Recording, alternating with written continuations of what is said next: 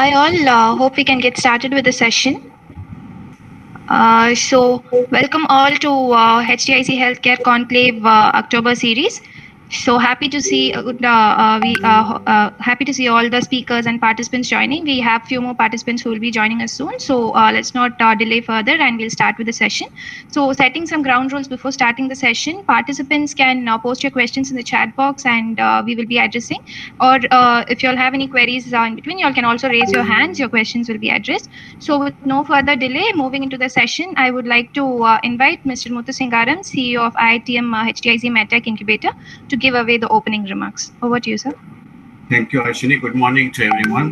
Delighted to see so many of you coming this morning after a long weekend of holidays here in India. We also have speakers who've been very kind to get up in the morning in certain parts of the world to be with us, to share with us their experience, and also to help us build the ecosystem out here, not only in IIT Madras, Chennai, but all over in India and hopefully around the world in the area of healthcare. We hope the speakers will continue to support us in terms of providing contacts, links, helping with many of the startups who struggle in terms of getting into markets and targeting the right market. And many of them often get the market wrong. So we hope our expert speakers, we are here who are successful entrepreneurs, as professionals around the world, would be able to share. We have a very, very experienced panel. We have also Padmaja, who's also the co-founder and president of Indian Angels, and we have one of the co-founders of HCL with us on the second panel, who will also be talking about assistive technology, how life can be changed. This is the third conclave we have done. We do this every quarterly. We pick a topic, and then we get speakers who are successful in this area to come and share their thoughts. And we also give an opportunity to 4 of the startups in the vicinity to present what they have done, so they get a larger audience and hopefully making fundraising and going to market easy. So as always, I want to say thank you very much to Manish, my dear friend from Direct. Thank you for giving us great support. Of course, my friend and faculty, Dr. Mohan Shankar, being here this morning, and also all the other speakers who I know many of you personally. And also, thank you so much being here, and also for the audience. I hope please be interactive. This is not going to be a one-way street. Ask as many questions as you can. That's the only way we learn. And this is a good way to network with them. You often won't get a chance to see them otherwise. So this is a good chance to get hold of them. Hopefully they can help you, mentor you, and guide you. With that, thank you very much. Back to Ashwini. We are on time. Thank you, sir. So now I would like to invite Dr. Mohan Shankar Shivaprakasam, faculty in charge HTIC, to give away the welcome address. Over to you, sir. Yeah, thank you, Archini. Welcome, everyone. Morning after a very long weekend, which was actually practically a week. So first of all, let me just say that, this is the last 1.5 years, the amount of ecosystem growth that has happened. Ironically, because of COVID, it's incredible. I was just having a discussion with Anand before this. So what has happened is we have had almost close to 100 events in the last about almost 1.5 to 2 years. And that has completely changed the way the kind of people who we attract into the entrepreneurship ecosystem, the kind of ideas that have come in. And if you remember, about 4 or 5 years ago, healthcare was one of those areas where, it's not for youngsters, it's not for new ideas, it's not for the crazy ones, but that has changed dramatically. And that's the first comment I wanted to make. In fact, if you have been monitoring the inflows of capital, any kind of capital, venture capital or whatever kind of capital you look at, healthcare is in the top 5, even in India, right? And COVID has just accelerated this whole concept and the need to take healthcare to a more technology-driven approach. And as you know, entrepreneurs love technology because it provides them a cost, return, and a model which doesn't normally come through in a non-technological related venture. So this is a great time to be in healthcare. I'm sure many of you are aware that India is on continuous growth.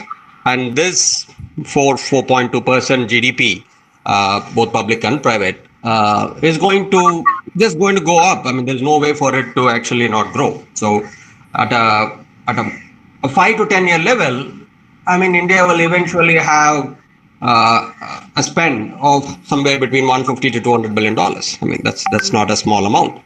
So, and much of this is going to be driven definitely by not just new ventures, by new channels, I would say. Because as you know, there is something, it's a duality that's happening. Healthcare is growing, but healthcare players are also consolidating. So that tells you something, right? Where the traditional models have somewhat reached a point where, for both economic reasons as well as practical reasons, they will consolidate and they will join hands, which you can see in already business models of both healthcare provider from a B2C point of view, but as well as B2B point of view. There will be a new marriage that is starting to happen. It will continue to happen where ventures will start driving the next 60 to 80% growth from the current $100 billion.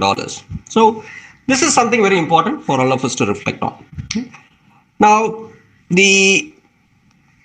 looking inwards, I would say, we started about technically 5 years ago as an incubator, 2016, would say, physically about late 2017, mid 2017. And we have now grown tremendously. There are close to 40 companies that are incubated.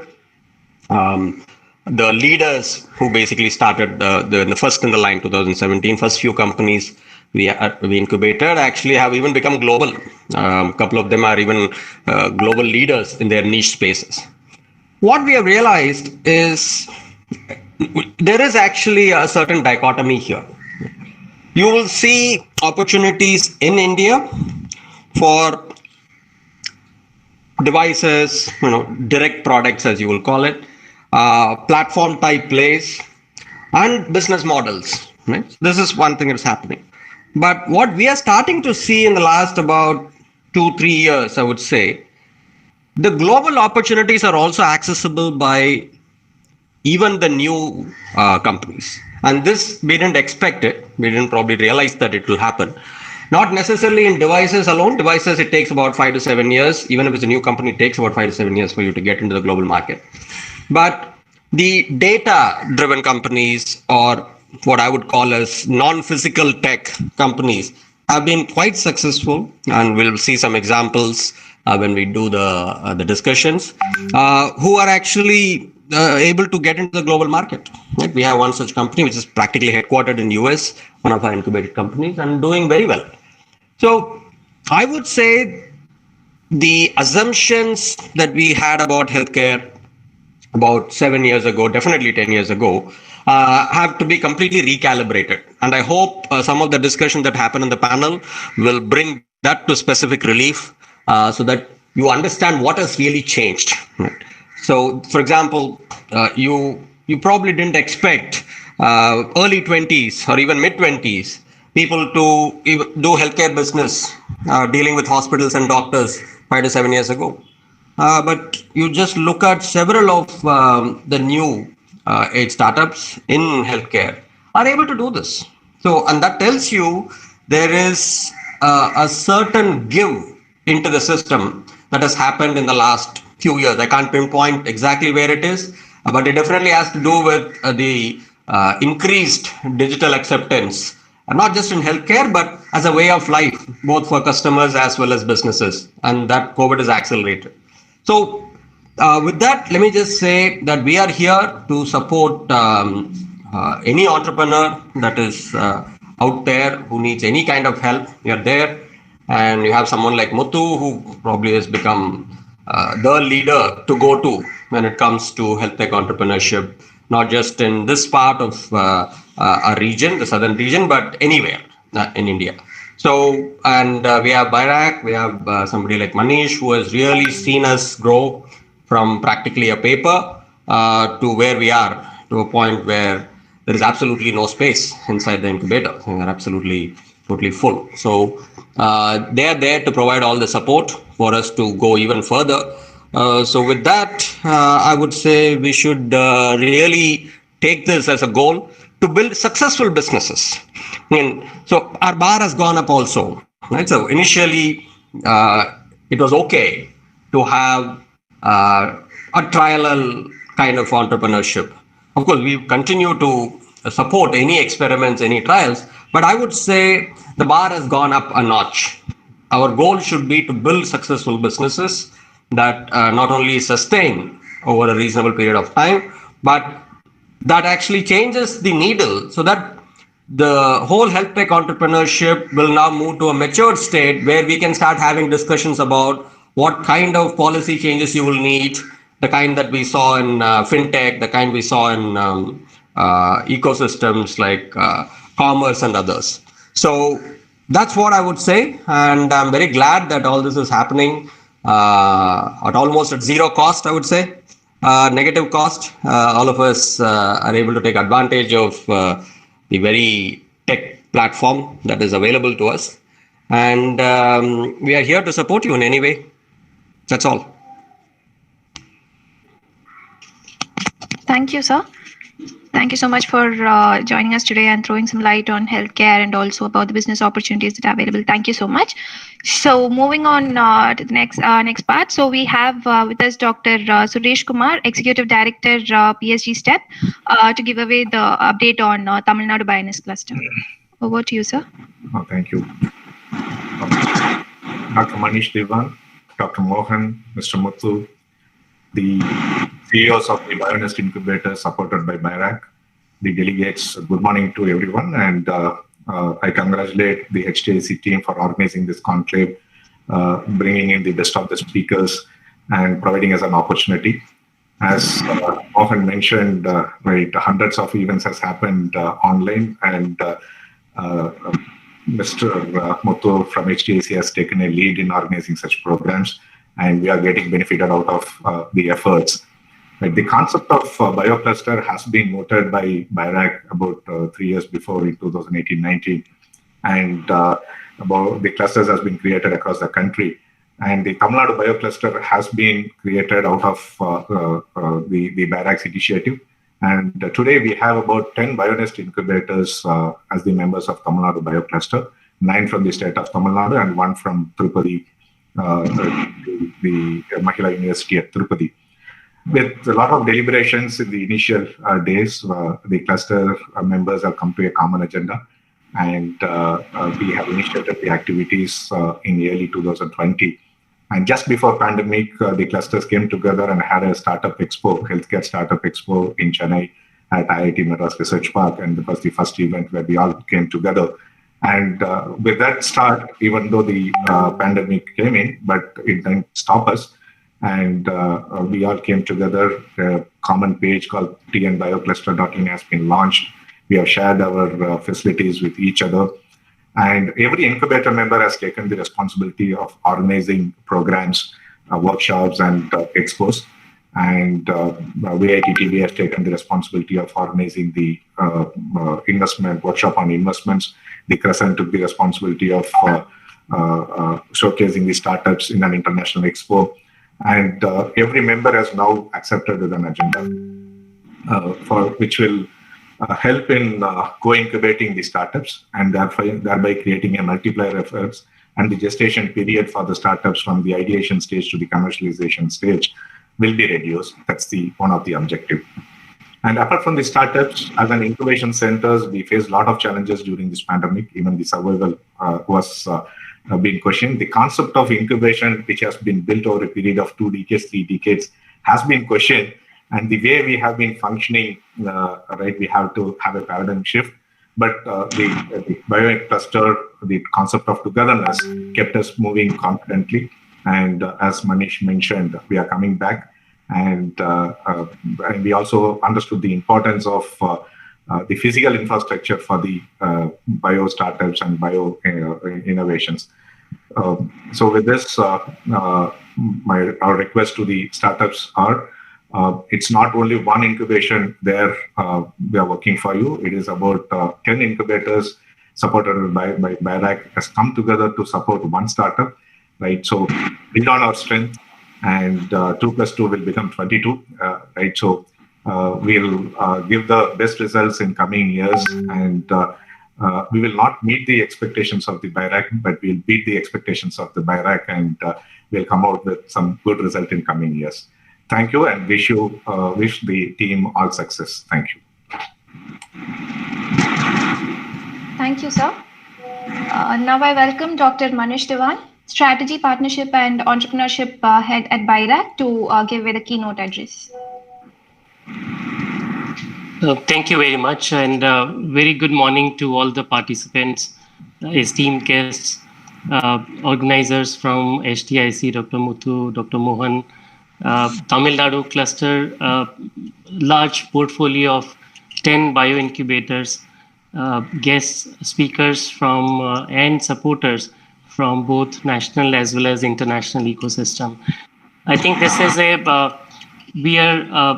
this healthcare conclave is third in series, as Muthu informed, and this is being done under the Azadi Ka Amrit Mahotsav. We've been celebrating the 75th anniversary of India's independence, and how the sciences have been contributing from Vigyan Se Vikas. That is evident from here. The COVID has brought in a new focus and a new attention to the healthcare ecosystem and the unmet need in the area more than ever before. There is recognition. There is a recognition even at a common person that what is a PCR test. A vaccine would require phase 1, phase 2, phase 3 clinical trials. There is a regulatory agency, CDSCO or FDA, WHO, who authorizes or who facilitates the usage of a particular vaccine for mass vaccinations, or access to children is different, access to adult population is different. So I think while the innovation ecosystem was already working on the health tech, a large unmet need, this heightened attention and recognition has actually helped in nucleation and recognition of enablers and identification of the opportunities that can be supported in the ecosystem. India has been importing about 70 to 80% of its medical devices and diagnostics, from outside India in the past. But COVID has shown that diagnostics, we could become actually net exporters, right from designing, development and manufacturing of diagnostic kits. That's just one example. Likewise, vaccines, we have also been spearheading. This healthcare innovation ecosystem, we just heard that incubators have come together to facilitate and power up individual entrepreneur, individual startup. I think likewise, this panel, today's conclave reflects that we have presence of international investors. I can see Anand right on the screen. Padmaja steering the first panel that is reflecting the startup ecosystem and investors' perspective. I see support from Ajay ji, a very good friend of ours, staunch supporter of innovation and startup ecosystem. He is moderating one of the panels on assistive healthcare technologies. So this is a nucleation and congregation and reflection of confidence in the growing startup ecosystem from India. And this is not a small feat. Going forward, I think this team, HTIC BioNest team, has been able to put together this series of healthcare conclave, and I would encourage continue doing it with an even more evolved themes and bringing more players into being. The startups who would be sharing their thoughts and their success stories today the experts talk. I think this will all help in creating an awareness and reflecting their success stories, challenges, how they have identified unmet needs and where they have converged the go-to-market strategies and raising funds. While the risk funding, it's very important. We just talked about the enabling infrastructure in terms of the incubation system. We have now 60 incubators which specialize to support the biotech innovation across the country. And taking advantage of this online switching over compared to the physical infrastructure, physical meetings, we have been seeing more than 200 webinars, expert talks, enabling insights from the experts, as Mohan also pointed out. And in last year and a half, we've been seeing more than 1 lakh participants, across this individual respective events. Put together the strength of 60 bioincubators, we have 1,100 plus patents that have been filed over past several years. And this has yielded to about 600 plus products into the market. So I think this is a feat in itself to recognize, but this is just the beginning. I think we are still the peak. We still need to peak and grow. There are only handful of success stories. The success stories which have been recognized both at international level as well as at national level, but that number is growing exponentially. We all understand the biotech startup venture would take about 8 to 10 years to mature, succeed, and get to a path to scale. So we are now in the region where it is on the cusp of this inflection point, and I think next 4 years or so would see enormous potential, enormous reflection of that success story. Since this panel also touches about innovation funding, so I'll just mention a couple of things that are probably might be of interest to the attendees here. There is a Amrit Grand Challenge, which was just launched in PIREX Foundation Day on 28th September by Honorable Minister Dr. Jitendra Singh Ji. This is specially created to support and identify 75 innovations in digital health, telemedicine, mHealth, which can put together using technologies like AI, ML, blockchain, big data, etc.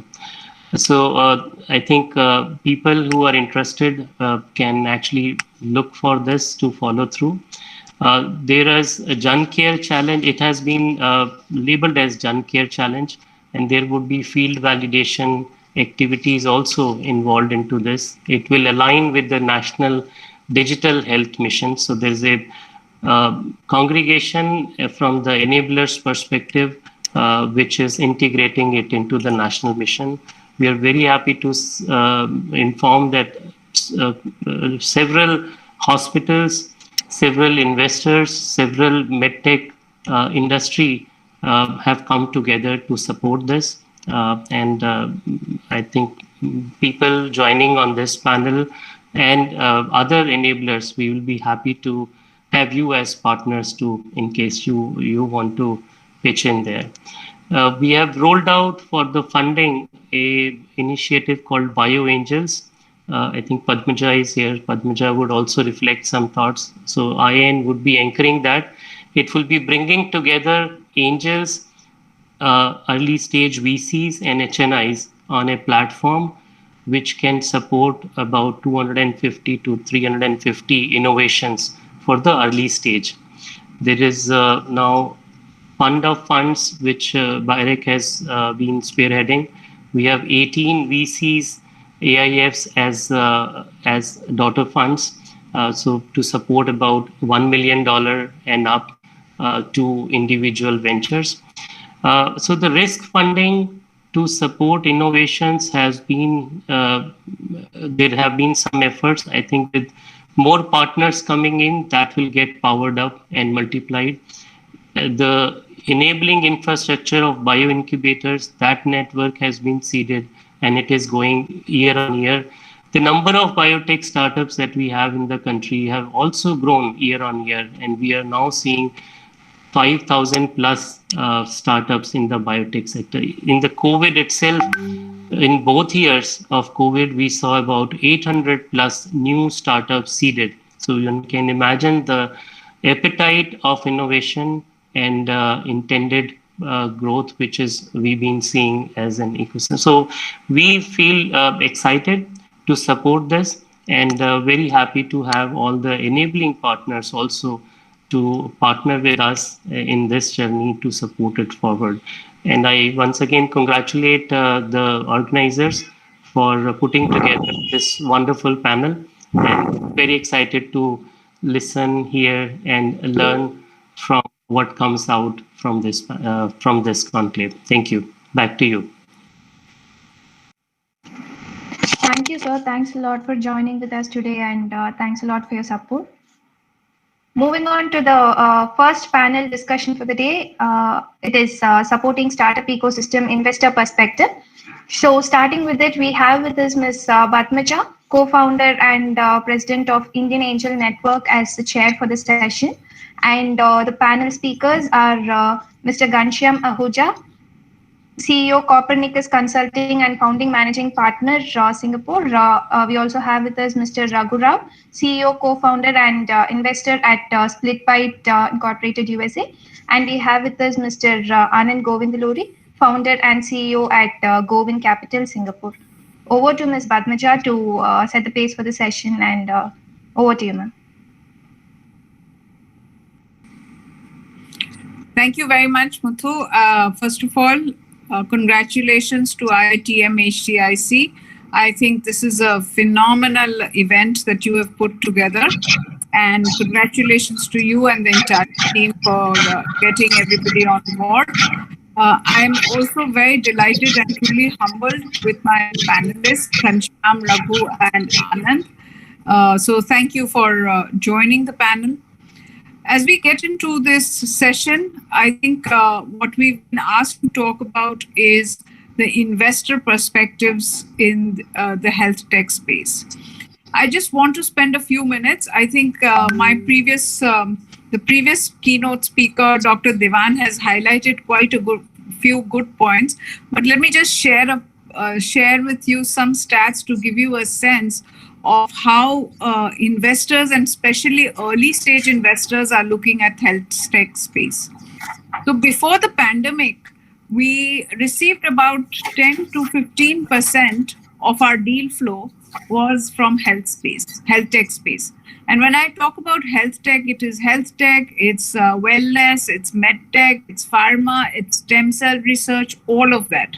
That comprised about 10 to 15%. Okay. And post the pandemic, once the pandemic hit, right through 2020, the Black Swan year, as well as this year, for the last 9 months, our deal flow just on health tech and med devices, I'm not including for this moment pharma and stem cell, it's 30%. Pharma stem cell and was looking at about 3% of our deal flow. We are looking at about 12% now. So the pandemic has really brought to light the need and the focus that the market and consumers now have on health tech, pharma, stem cell space. So clearly, I think if for the next few years, the literally band leader in sectors which is growing is this space. And wherever there is innovation, wherever there are entrepreneurs, money follows. As much as whenever there's money, entrepreneurs start to think about starting up. But considering this panel is about investor perspective, I would like to point out very clearly to all entrepreneurs out there, if you have a great innovation, you're solving a problem, you have a large market, and most important, you're focused on three things: execution, execution, and execution. Investors will chase you. And then there is no better way to access investors when investors access you. So on that note, I want to open this up to my panelists. Can I start with invite Ghanshyam to share his perspectives? And for the audience, we're running this panel a little tight in time. So I will be interrupting to make sure we keep time and leave about 10 minutes at the end for any question and answers. So Ghanshyam, over to you. Hi, good morning, everyone, and thanks, Padamja, and good morning to all my panelists here together. So before I begin, just want to give you perspective, my background, so that you know where I come from. My journey with healthcare started with Cognizant in 2006, when I was hired the client partner in Asia Pacific. And as some of you might be knowing, Cognizant is known for healthcare, pharma, insurance, what Padamja was mentioning. And within a few years, when I moved to Deloitte, and then I started my own journey as an entrepreneur, I was fortunate for two things in healthcare. One is to directly work with healthcare as an industry in Singapore, and also to start grooming some startups way back in 2012, 2013. So I cannot agree more than what Padamja said. You know, the kind of companies what we have seen lately in last 2-3 years, especially in health tech, which includes health and pharma and health insurance, I would say. Definitely number of companies have increased, number one. We as Thinkuvate, as an early stage fund, we also did some investments, around 3 investments to be precise, into different sectors, including like health, I would say health insurance kind of a business, plus health tech. But one thing what is changing is that the gestation period of these companies, what we used to see, it used to take, as you know, in med tech and med device especially, and health tech, used to take 5 to 7 years to come to a fruition level. Now we are seeing companies really coming with great ideas, which can go into good business within 3 years. So that's a key change we have seen. As we speak, I'm sitting on a deal which is for contract manufacturing for pharma industry. So we were amazed with the way these senior folks have created this company, and they are growing very fast. Maybe because of the adoption, as you know, our keynote speaker also said, the adoption has increased, and hence there is no more convincing required for startups for digital adoption. So that's my quick snapshot. I would leave it to other panelists since we have less time. Yeah. Thank you, Ghanshyam. I think Cognizant, of course, has been a leader. You guys have in Thinkuvate have been leaders, and yes, I think I honestly feel very privileged to be sitting as an investor, to be able to invest and support some of the great innovations coming out over the last 18 to 20 months. So that's how I view the ecosystem. On that note, may I invite Raghu to share his perspectives? Raghu?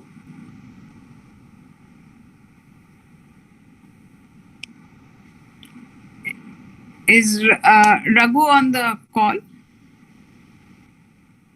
He's on mute. He's there. He's on mute. Yeah, thank you, Padmaja. Sorry about that. It's a little early in the day, so I'm just getting up. Thank you for joining at this hour. So really appreciate it. Yeah, I'm based in Princeton, New Jersey. I started out on the IT side, but I've been now incubating a lot of health startups, both in pharma as well as biotech. IIT Madras, I was there just before the pandemic. I had come for our 35th reunion. I'm glad that I got that done just before the pandemic started. I did see some of the startups that you have, and it's very impressive. I think from my perspective, what I would say is that it's very important to have a very good team, but on top of the team, we also need to have a good advisory board. And I used to run Vistage advisory board for peer advisory boards for CEOs. And I kind of over time learned that, the advisors are extremely important to fill the holes that the team has. And usually, especially technology companies, you can have 2 advisory boards, one for strategic business advisory and one for technical advisory, technical or scientific advisory. And I think that gives a perspective that helps with, as Ghanshyam was mentioning, I think to be able to accelerate the, go-to-market, path to revenue and things like that, because many of them can open doors and give you, it's basically let you know what not to do. It's not, there's an execution of both, what to do and what not to do. I think that is actually very important. So you don't have to do your own mistakes to learn. So that would be one of the important things. And the other thing is the patent aspect. Well, I did visit IIT with one of the companies that I'm advising. There is a gentleman who has like 100 plus patents, and I don't know how he did it, sitting in Hyderabad. Very amazing. He wrote all his patents. And so there is a lot more, I think, opportunity now to do good patent work. Before, I used to see only India patents. Now I think global and US patents, I see a lot happening from India and IIT also. So very happy to be part of this. And anyone has any questions, please reach me offline as well if you can't get to the questions in this panel time. Thank you, Raghu. Actually, what you're saying is very, very true. There is a lot of innovation products and IP being created here. And I want to just take a minute to share with you one of the stories that I've been part of. One of our companies, which was in the solar power, cleaning of solar panels, swiveled because of the lockdown. And as everyone knows, India was a very tough lockdown that we went through. They conceptualized, designed, did the POC, and landed on their feet with a ventilator within 95 days. And this was possible not only because of a very, very, very focused and high quality entrepreneur team, but for 95 days, every day from 12 noon to 2 p.m., there were a group of us, 20 of us around a Zoom call, working with them to help them with designing, help them with procurement of components, help them in design, help them in getting their certifications, FDA. And we landed on the feet not only with a product, but a product which is of high quality, and almost 1/7 of the cost was available in India, right? They have today now created 2 lines of business. One is the solar panel or the clean tech business. The other is the med tech business. And just as you said, I think India has really changed. And at least for us at IEN and the IEN Fund, what we saw, the whole country actually came together to create some of the best innovative products to cater to the need in the market at that time. The pandemic was not something which was usual. It was completely unusual, right? And every single person, including the FDA from the US, sort of supported this, because we also represent 1/7 of the world's population on the other hand, right? So you're absolutely right. While there is IP, there is good entrepreneurs. I think the power of mentorship is just not understood how powerful it can be. And I just want to leave it at one point. This company, which was a seed stage company, within a period of literally 15 months, is now tracking a revenue of over 65 crores. Okay, so the power of mentorship, the power of the ecosystem coming together to join hands with very focused and high quality entrepreneurs. The only thing they can do, the world is their oyster today, and the only way they can go is north. So it is something which is truly exceptional. And immodestly so, I'm so happy that IEN could create that model and make it a success. So on that note, let me actually bring in somebody who has much wider global experience, Anand, who joins us probably from Singapore. Or Anand? Yes, thank you, Padmaja, and good morning to everyone. I've been working out of Singapore since 1997, and I've been investing in life sciences companies, biotechnology companies, pharmaceutical companies since 2001. I remember that when I started as an investor, as a career, the Sensex was 6,000. So that goes to show how evolved the ecosystem has been in India from 6,000 to 62,000. That's a big jump in the past 20 years that I've noticed. So I've invested so far in 70 biotechnology companies, pharmaceutical companies, healthcare companies across the globe. And my career started with Temasek Holdings, which is an investment holding company in Singapore, followed by A-Star, which is equivalent of CSIR, DBT, BIRAC in Singapore, and now with Govind Capital. Govind Capital is a 7-year-old fund. We started in 2014 along with two senior industry veterans in the medical field, Yoran Mam and D.A. Prasanna. Yoran was the president of GE Medical Asia, and D.A. Prasanna retired as the vice chairman of Wipro, GE Wipro in Bangalore. So Govind Capital invests in early stage biotechnology, life sciences companies. What I have seen so far is the evolution of life sciences industry from biotechnology to digital health. And so far we have, through Govind Capital, we have invested in 15 digital health companies across India and Singapore, and few in the US. Why digital health has become extremely important is because of two things. One is the demographic dividend, that India clearly has an advantage. The youth who are trained in information technology, born engineers, good mathematicians, good chemists, have actually shown a lot of interest in life sciences way earlier before the COVID struck. And obviously with COVID now, it has been accelerated. So what we notice is a digitalization, a heightened digitalization of approaches towards solving healthcare needs. That's point number one. The second point is no longer it takes a biotechnologist to actually start a biotech company.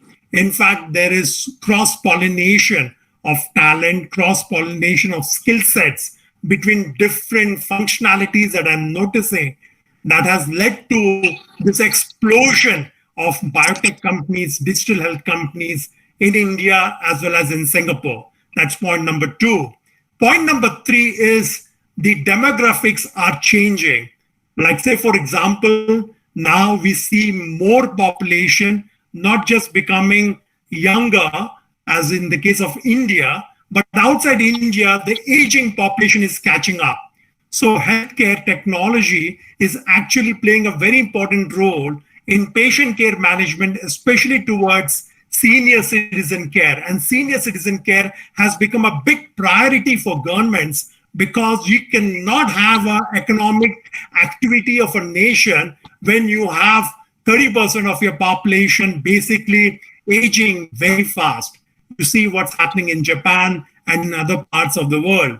So what I notice is that with this change of demographics, where you see more and more aging population coming in, we also notice more and more investments happening in digital health, taking care of senior care and senior age. And I'll give you one example. A company that I invested in 2015, EB Care, bunch of medical aspirants from National University Hospital in Singapore.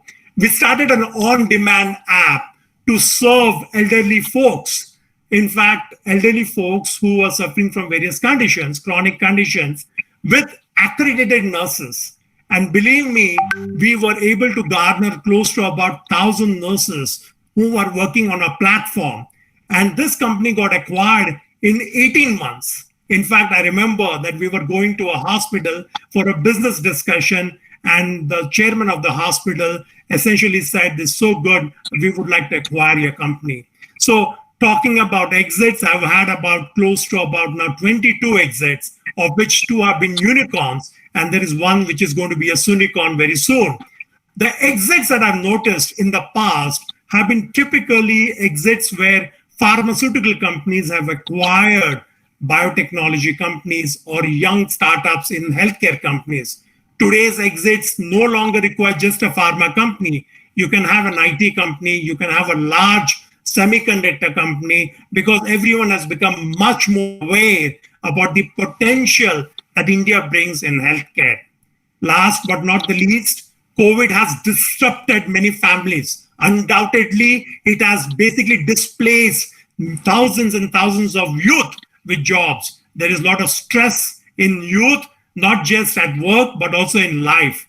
And families are getting broken, because of which there is a heightened increase in mental health. Mental health has become extremely important, essentially across various ages of people, where I noticed that essentially this is going to be now a big initiative going forward across the globe to tackle not just the senior citizens, but also the younger populations. So with that, I will pause. For the time being, I've got a few more points, but I probably will cover later as we go along. Thank you. Thank you, Anand. Thank you very much. I think what you're highlighted, that there is a clear behavioral change in the customers and needs of the customers with the pandemic. And I couldn't agree with you more. With the pandemic, I think there is one big shift that has happened called social distancing, which results in a lot of remote interaction, right? Which results in a lot of remote consultation. But as Dr. Devi Shetty has said over and over again, and I think this is coming out to be very, very true, that 80% of hospitals will become IPD, inpatient departments and ICUs, and there will be no OPD in hospitals. OPD has now moved into in-house DIYs, right? And technology platforms, technology, online consultations is what's taken over. And we've all experienced it in some form or format over the last 18 months. The interesting piece is that it became a need to connect online, but it's now going to become a way of life. That's how we are going to operate. That's how we are going to be medicating ourselves, getting ourselves diagnosed, getting ourselves tested, getting ourselves treated.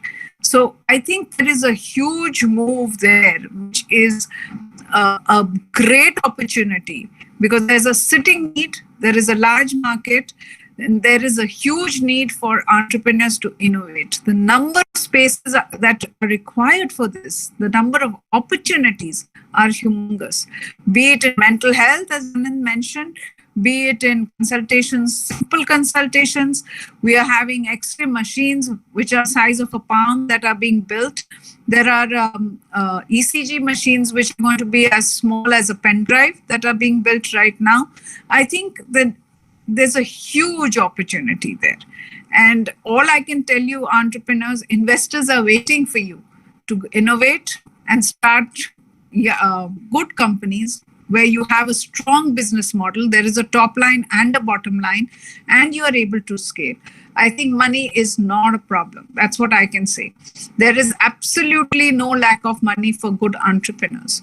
Just as you guys build businesses and you guys build startups to build good large businesses, the business of investors is to invest and make returns. So there is really no way that investors are going to step down from their business. They won't know what to do without you guys. So on that note, what I'm going to do is really open this up for questions. We have three of our panelists ready out there, Anand, Raghu, and Ghanshyam. So on that note, Muthu, could you help us please anchor Q&A as they come in? Yeah, actually, there she's got some questions already ready. And if anyone wants to ask direct questions, we do. Yeah, please do. Please go ahead. Yeah. So, please help Paramita, please. Sure. Thank you, sir. So, participants, if you all have any queries, please post it in the chat box, or please raise your hands. So, ma'am, we have a set of questions that we've already collected. So, I'll just tell them. So, what would be the advice for Indian startups to raise money when it comes to foreign investors? I think I'm going to answer that and then open it up to the panel. I'll give you my view at least. I think good, high quality money coming in from India or overseas is more than welcome. You should welcome it. What is important is not money from India or overseas. What is important is quality money. And what do I mean by quality money? I don't mean money which is not coming in from questionable sources. That's not what I mean. That is a given. You need clean money, but also money at a seed stage for a seed stage startup, which comes in with value add. A lot of non-financial investment of mind space, mentoring, networks, leveraging, introductions to networks. All of those are very important. So to entrepreneurs, whether you're raising from India or overseas, please look out for high quality, good money. And the second piece, which I would only alert you guys, that when you get overseas monies, please ensure you have done and met all your compliances, especially your RBI compliances. That is very important. So, and your chartered accountants or your accountants will surely alert you on that. But those are my two points. On that note, Ghanshyam, Anand, and Raghu. Ghanshyam? Yeah, so let me start with, guys, I'm assuming entrepreneurs are also here. The very first company I was mentoring 7-8 years back, I'm glad to share with you the name also. The company used to be called Doctory. They changed the name to Clinify. Some of you, maybe Anand, you might be aware. And I'm proud to say that they were so passionate about making sure that electronic medical record, electronic health record, the way specialist doctors are writing. And rightly you said, Padamja, mentorship. I call it money with mentorship is more important than just money. And in fact, to answer your, some of this question, I would say, guys, entrepreneurs, if you are just looking for valuation, don't come into investors, because they gone are the days when only valuation makes sense. Passion and making sure that you are really delivering the product, which is what I saw in Clinify, which was finally sold to Zulik Pharma. So that's number 2. Number 3, the most important thing is, you should be also talking about, specific target market. Don't be shy in telling that I'm only focusing on India market. Just because investor is coming from Singapore or other country, don't just say that I'll be going to overseas market. The last thing, what Padamja was telling about compliance, we had a case in point. One of the company, I would say, instead of compliance, I would call it structuring. Guys, be very careful in structuring your companies. I have seen a lot of hiccups and a lot of issues when, especially our Indian entrepreneurs, they don't focus on, structuring the company, having oral commitments for shareholding, having no clarity between founders, no clarity between the initial, the seed investors or angel investors, or what we call triple F round, friends, family, and fools round. And they make themselves fools by not doing this. So focus on structuring. We had a case, very interesting company. They could not structure their company between Singapore and India, even though fundamentals were good. And finally, we had to say no for this company. So focus on right money, quality money, money with mentorship. Make sure you're passionate about the product and delivering the product rightly, as example I given you, and the proper structuring.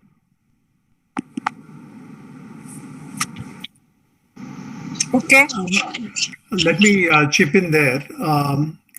So in addition to the points that have been mentioned, I think my advice to the entrepreneurs in India would be is focus on your problem. 99% of success stories are well-defined problems. So if you have a good problem to solve and you're chasing a solution for a good problem, and which is sizable enough, which is called as the addressable market, according to me, that particular startup with the most complicated problem will essentially require attention, and it will also gather lot of funding eventually in the long run. And I'll give you an example. If you have a startup, like say, for example, we are talking about cancer. India is pretty strong in identifying IT solutions, information technology solutions for oncology and for various healthcare applications. And if you are able to marry the best of biotechnology solutions, say drug discovery, drug development, or therapeutics, along with the IT solutions that you have for treatment of cancer, that to me will be a winning business model. I would definitely emphasize on focusing on the problem, and irrespective whether the investor is from India or overseas, what would matter is the value add. A lot has been said about the value add, but let me tell you what exactly is the meaning of value add. Before you take money from any investor, especially a biotech, healthcare company, startup, you must always check out the track record of the investor in that particular field. Getting money right now in India is very easy. Getting money in Singapore is also pretty easy. But who you get money from, what is the track record of the investor in healthcare, medtech? Is the investor patient enough? What are the timelines of investment that are essentially put into practice? Usually, healthcare investors, like say, for example, when I said I have 2 unicorn exits, my first unicorn took me 10 years. So you really need to have an investor who's patient enough with you for 10 long years. Whereas the second took relatively much shorter time, about 4 years. But in healthcare, let me tell you, the average timeline that I see for an exit is anywhere around 4 to 5 years or maybe 6 years. So if you don't have an investor who's patient enough, who is actually helping you in go-to-market strategies, who's helping you to connect with the industry experts in this 4 to 5 years, then it will be very difficult. And hence, my dear friends, startup entrepreneurs, be very careful about who you take money from. And take money from only from those funds or those investors who are well-versed in the healthcare sector. The last point I would like to tell you is a lot of things that you essentially pitch to an investor in the initial stages. Let me tell you, I must have evaluated more than 500 plus business plans. None of them actually meet our requirements. So the financial projections, whatever you share with us, has never met my expectations. And that is the norm in healthcare. So still, we do insist on some ballpark financial projections because that gives us an insight as to how big or how small the vision of the company and the founder is. Let me remind you that the story of Genentech is very much relevant. Genentech was born in 1976. And if you read the book Genentech, you will realize that nothing what they had written in the business plan was ever implemented. It was basically the ability of a world-class founding team who were able to manage and navigate through the challenges of the market and the times during those years that they were able to succeed. And eventually, Genentech got acquired by Roche for $90 billion. So my dear friends, invest in building a world-class founding team. Thank you. Thank you, Anand. So we have some more questions. So let me get those in. Yes, ma'am. So we have one question in the chat box from Shweta. How do you see the scaling of startups who are in self-monitoring and self-diagnosis devices? So whoever has asked that question, I think you're sitting on a gold mine. As we mentioned earlier in the session, I think self-medication, self-treatment is going to grow. That is what the pandemic has ensured. So you are really, really sitting on a gold mine. If you can really build your business, scale it, the market is sitting there for you to grab. So I would just say that it's going to grow. Next question. Padmacha, I would like to add there to that question. You may want to focus on home care market. And the home care market, Shweta, is exploding right now because of various factors. So within home care market itself, you will have technologies which are both invasive and non-invasive, touch and non-touch based. So the non-touch based technologies are doing extremely well. And that is what is important right now in self-diagnosis. We have got various portfolio companies which actually are... Anand, we have a couple of questions. So I thought we'll just make sure the audience gets their questions answered quickly. There was somebody else who had put up their hand. Yes, ma'am. It was Dr. Adarsh M. Patel. Dr. Adarsh, would you like to unmute yourself and go ahead with your question? Okay, he's posted in the chat. Yeah, please go ahead. Hello, good afternoon. I'm Dr. Adarsh. How do investors market size a novel product wherein there are no reference points for those products because the product is novel? Okay. Can I invite Raghu or Ghanshyam? Sure. I think you see, there's something called blue ocean strategy, right? Where you don't have competition. That's actually the novel products is actually, if you can go to market with it, it's a lot easier because you can be way ahead of the competition. I think the key is to get market traction. So you have to do best way to do it is to get good KOLs in the space that you're looking at, and try and do some pilots and flesh out the issues. Incremental innovation is easier, but blue ocean type of things require you to do a lot more hard work up front and get customer traction. And but if you're successful, the payoff is much higher than incremental type of innovation.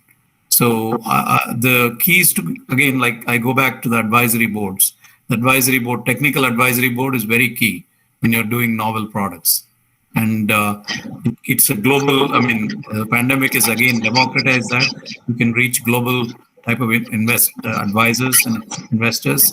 And I think everybody has been pointing out the smart money, the investors hopefully will bring in some advisors along with that. And the key is to be open to coaching, right? You have to be coachable. Many people, they have the investors, but they do not use their, advice. So it has to work both ways. Yeah, I can't agree with you more on that one, Raghu. We have a company which is in biotech space. It's a 3D printing of organs called Pandorum. And you're right. It is we have a strategic advisory board there, which is basically developing the path of innovation. Which product, when will it go in for clinical trials? How do you prepare for clinical trials, certification? I think that strategic advisory board, or as you said, the technical advisory board, is very, very important for novel products. Because remember, it's very important to get the relevant certifications. This is now, all the products that you're talking about are for humans, and therefore we have to get it right. So you're right. Ghanshyam, would you like to add something? Yeah, I was just adding very interesting point what Raghu mentioned. Be open for ideas and listen to investors and advisors. We have a reverse case, frankly. I can't mention the company name, not into healthcare. We have a kind of, I would call it an arrogant founder or a CEO who is just not listening to the ideas, and we can clearly see the difference in the company's growth. Idea is great, product is great, the team is good, but because of he being not listening to the advice being given by others, neither he's able to retain a good team, neither he's able to grow at the space what he could have grown. So I would definitely say attitude. Guys, have an attitude for advisors, to listen properly. That's one. And the second point to the question what you said, as Anand was saying, not only we should look for right company, you should look for right investor. Whether the investor has a right team which can evaluate your idea, which may be totally novel. Yeah, absolutely. And I think what you're highlighting is, if I may just add one minor point to what you said, Ghanshyam, there is a huge difference from knowing your space, being a domain expert, and being mentorable. I don't think mentorable means that you're going to be led right across. That's not what it means. You need to know your sector, your specialization, your product, your technology. You need to know all of those, but yet be open to ideas which your mentor can help, and they typically plug the gaps. So there's a huge difference between, being a person who knows about your company, who know you as an entrepreneur, as a founder, and yet being mentorable. So I just want to make sure that you understand, mentor is not going to run your company. He's a coach, not a captain. You're the captain as the founder of the company. So on that note, can we take the next question? Yes. Yeah, thank you. We just have 5 minutes, so let's run through the questions quickly. And if I may request my panelists to help with brief answers so that we cover as many people as we can. So moving on to the next question, it is from BR Medical Research. Is the investment in stem cell affected by pandemic, or has it increased? Okay, any of you want to take it? Maybe Anand. Anand, you want to answer No, it? I haven't invested in stem cell companies so far. Okay, so let me take that. We have invested in stem cell companies. I think like any other health tech space, there is huge interest in stem cell as well at a seed stage, at an angel stage level. We are seeing that very, very clearly. What has also happened, and let me bring two pain points. One pain point is investors need to be able to understand. Remember, you founders are actually experts. We are not. We are trying to ride on your journey. So there is a huge education that you guys need to do for investors. We need to be able to understand in layman's terms what your innovation is about, what is the problem you're solving, what's the functionality.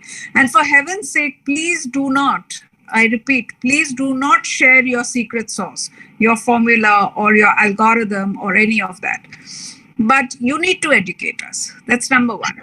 Number two, for health, especially for sectors like biotech, stem cell, pharma, the next round money is very difficult in this country. So again, early stage investors will invest if they are able to access, they have connects which are sitting overseas. They will invest because they also need to create value for their shareholding by bringing in the next round investors. So these are 2 points that you should remember when you're looking at such investors for a stem cell company. It's not going to be easy. Let me give you a heads up, but it's happening.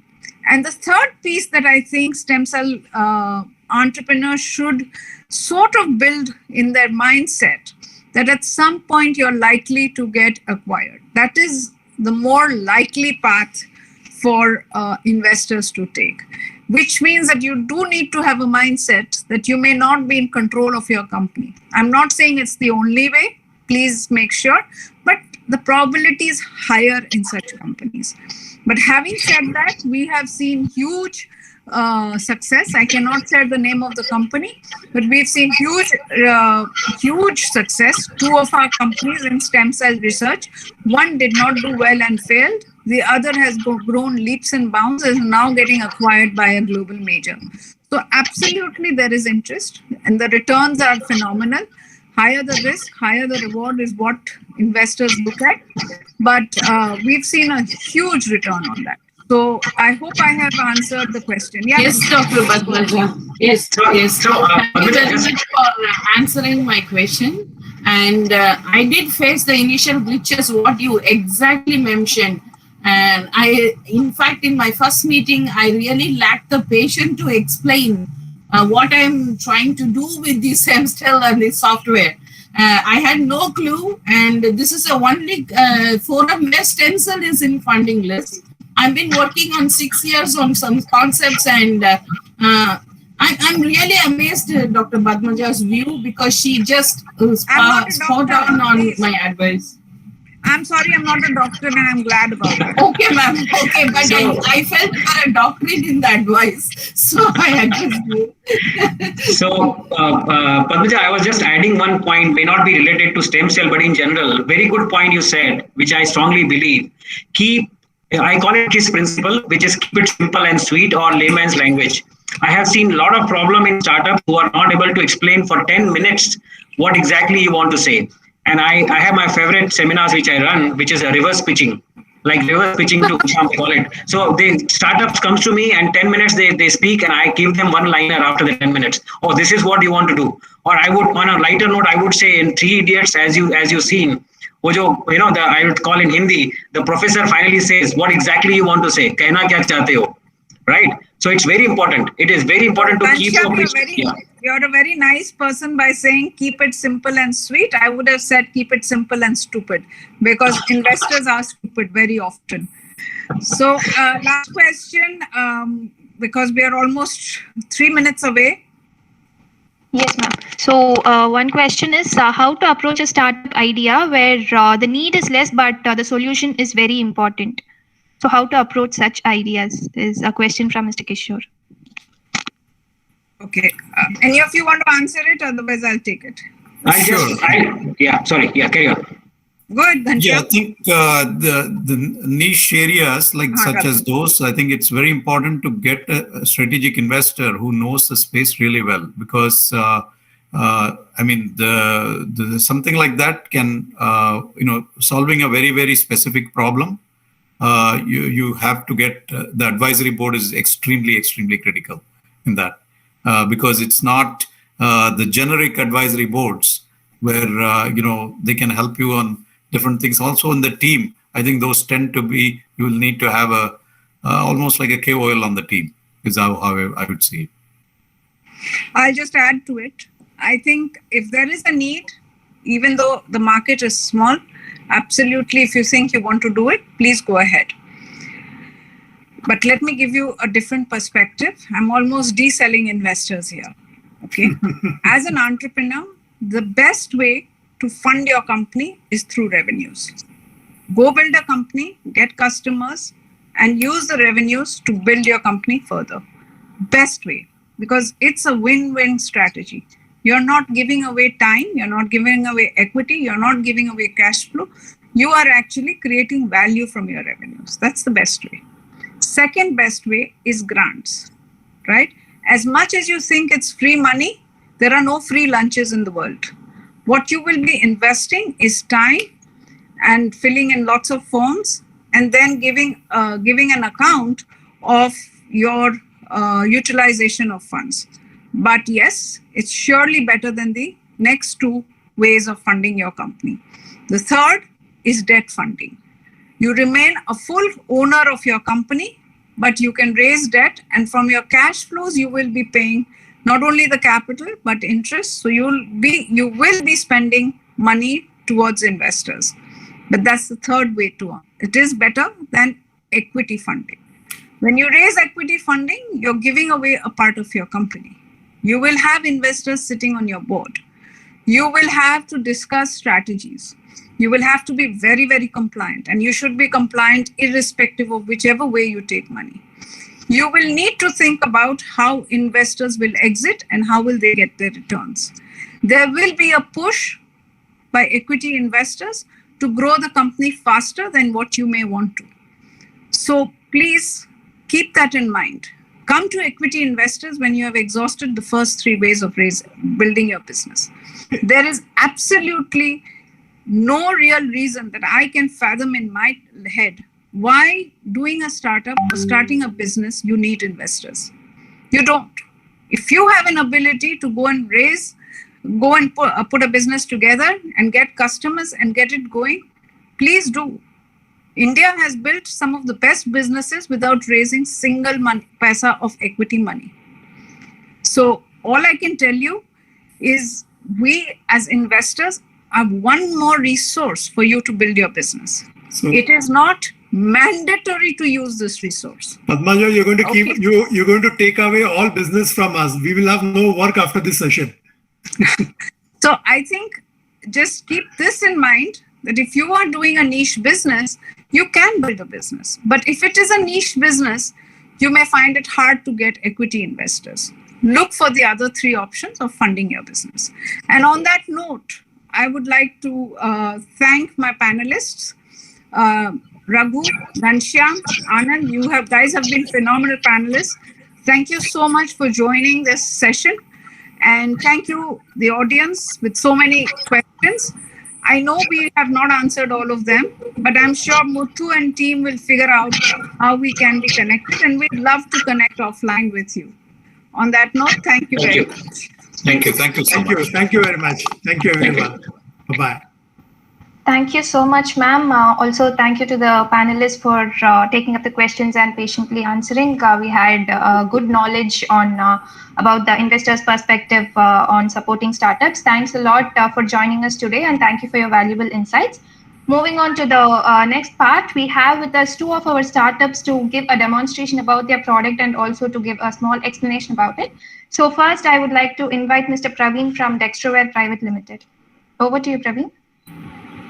Thank you, Ashni.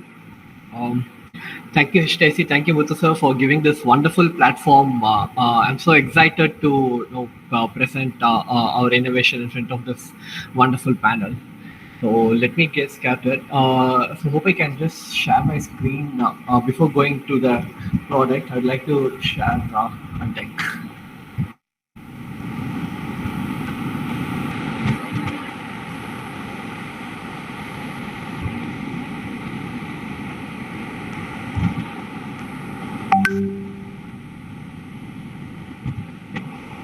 Hope it's visible. Yeah. A big hello from Dexter Devices Private Limited. We provide the technology to access technology. Our mission is to bring impact to persons with disabilities life by providing them access to the technology despite that disability and assist them accomplish their goals. Now, henceforth, they will be referred to as PWDs. So this is Dr. Nonita Gangwani, who is diagnosed with multiple sclerosis, a neurological disorder. She has a postgraduate degree in physiology, yet has been declared unfit for teaching physiology despite clearing exam and interview just because of her disability. Her goal is to conduct lecture classes and upload YouTube lecture videos, which she is currently doing in non-traditional ways like using her nose to operate devices. Listening to our story actually motivated us to create something new. So she's forced to settle for something very less than what she's capable of. Gangwani, when we dug up the numbers, we understood that we are addressing a huge problem. So we want to segment a market to three. So one is amputes without upper limbs. So second is with neurological disorders like multiple sclerosis or spinal cord injuries or any Parkinson's disease or any. Or next is the temporary disability where people fracture their hands. I'm an IT employee and I cannot afford to take 3 months of leave. That would take away my employment. So what could I do without interacting with computers? So if you see nowadays, as a part of the new normal, everything has become online based that requires digital devices. Everyone needs digital devices in some part of their lives, be it urban or rural. A person with intellect can take up jobs with digital devices. Even the defense personnel who lose their upper limbs during their service are forced to retire and cannot do even back office jobs. But technology boosts their morale and make them mentally and financially independent. Not just permanent persons with disabilities, even the other people meeting with accidents and suddenly from that moment that person is completely cut off from technology, is unable to rejoin their job. So that's why we came up with a single solution that has the capability to solve all these problems. A head wearable device that enables hands-free operation of computers and smartphones with simple head movements. All the user needs to do is to wear a headgear and rotate their head to the direction the mouse cursor has to be moved. So your head movement is synchronous with the mouse cursor on the screen. And I almost forgot to tell you, this same device can be used to operate smartphones, tablets, you name it. And the best part is we are not going to confine the user to wear it in a single method. They can wear it as a cap, spectacles, headset, or head strap. If you're wondering how a device works, the small sensor box that is going to sit on the user's head will consist of head movement tracking sensors, or what can be called as IMU sensors. So this will transport our head rotation into corresponding cursor movements on the screen. The receiver that is the USB stick that's connected to the laptop or smartphones or tablets or smart TVs catch the data through Bluetooth and transport into mouse cursor movements using a special algorithm. So now that the mouse cursor movement is taken care of, the click feature is performed by these four accessible switches, and user is free to choose any one. And we are not going to leave behind the user for keyboard usage. We enable voice typing through a powerful speech-to-text engine that includes Indian English accent and all the Indian regional languages as well. So user can chat with friends, write long documents, etc. This is just one of our testimonial and demo I would like to share. So she has been using a device for past 2 months, and the impact is huge. And so she cannot use her limbs to operate the physical switches. That's why we introduced the dual click. She's now able. Praveen, sorry to interrupt. We'll just take another 3 minutes for your presentations, just to keep track of time. We'll have this for the next 3 minutes, and we'll wind up to go off to the next. Yeah, thanks for the reminder. So I would like to share more user stories, but in interest of time, I'd like to cut short this. So this is our competitive landscape. So just to quickly run through this, our main USP is that it's an plug and play, universally adaptable, compatible device that can work with across all smart devices, and we are giving at an affordable price. Our competitors started for 40,000 rupees and goes to 80,000 and even 1 lakh. We want to give it at a cap at a price of 15,000 with good sustainability. Quick run through our go-to-market. So we want to address the orthopedic and the physiotherapy centers, the hand fractured and the chronic hand ailments. But other than this, we also found another interesting market. So apart from this, as just a tool to access smart devices, we also would like to use this as a physio rehab tool, where user can just strap it at a head or a hand or a leg and do exercises and play games, which will actually create an immersive experience, but as well as do an exercise for spinal cord injury or anyone, people recovering from comatose, seeking for a remote rehab rather than going for physiotherapy centers. So I would like to now quickly run you through a live demo. So this is the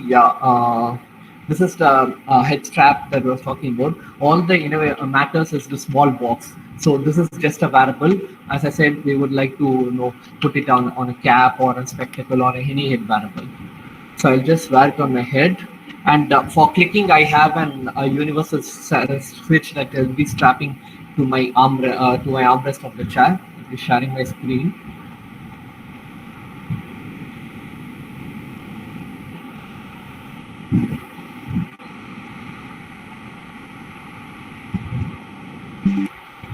So hope the screen is visible. So I'm not using my hands. I just know there are more accessible switches I would like to show, but yeah.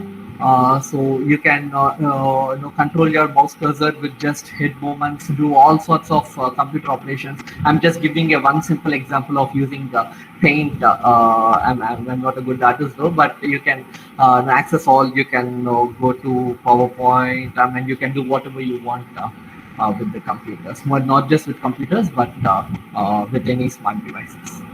So with this, interest of time, I'd like to close my presentation, but if any questions, I'd be happy to take it. Thank you, Praveen. Thank you for joining us today and sharing about your startup. So moving on to the next startup, we have this Dr. Stewart from SocioDent. Over to you, sir. We can just have a quick demo of your product for 10 minutes and we can move on to the next session, next part of the session. Yeah, you're able to hear me, Harshini? Yes, sir. Yeah. Just a minute. Good morning, all. I'm Dr. Stuart Gratian, and I'm happy to be presenting at this healthcare conclave, and it's been a learning from today morning. So we at SocioDent are an early stage startup, and my background is in dentistry. I've been a dentist for around 7 years. And I've got into innovations through BIRAC's ecosystem of Spurge Fellowship. Initially, I was part of the Aging and Health Fellowship called Spurge Fellowship, where we were looking at need statements. So as a dentist, one of the need statements I was looking at is the oral hygiene of people who are not able to brush by themselves. So we identified a particular group like those bedridden individuals, those in hospitals, and especially people with disability who are not able to brush by themselves. And that's how we came up with our solution of assistive oral care device. So let me talk to you about it. Quickly, the problem, certain categories of people with disability, as I told, spinal injury, muscular dystrophy, and those under post-stroke care, and those under rehabilitation are unable to take care of their oral hygiene by themselves. So the major pain point, apart from poor oral hygiene, is that they have certain general health complications as a result of it. And also psychologically, they're very much upset that such a basic task, such as oral hygiene, is not being able to maintain by them. The market is growing, as pointed out by one of the panelists earlier. the aging population in India is growing. It's expected to reach 150 million by 2025, and the dependent population is also aspiring for independent living day by day. So we believe our product would fit into that market of growing market, which is growing at a rate of 5.5%. Quickly going through the solution, then I'll show a demo. This is assistive oral care device, which is nothing but a mouthpiece-based oral hygiene device. We have a mouthpiece, which is customized and specialized for the patient. We also have an external unit with certain pumps and certain smart controllers, also tubings and accessories. The user interface is also very simple. We have operational knob through which the device can be operated, and once the device is switched on, this is how the device works. The mouthpiece is placed inside the user's cavity, oral cavity, and then we switch on the device. From the external system, we are pumping in certain liquid and mouthwash basically, and also air, compressed air at a specified pressure, which is comfortable and convenient for the oral cavity. And at that pressurized air and water mixture gives the cleaning effect. And we also have an inbuilt suction through which the excess liquid is being collected out. So this is the overall functioning, and it takes less than 2 to 3 minutes. And the liquid amount used is also less than 100 ml. This is our pricing on a long term. We are looking to bring it down. As of now, the overall device cost is around 7,500, and customer lifetime value is around 10,500. Quickly going through the existing solutions. So in the market, there are not many mouthpiece-based brushes in India, at least. Internationally, there are a couple of companies like AmaBrush, Unico Brush, etc.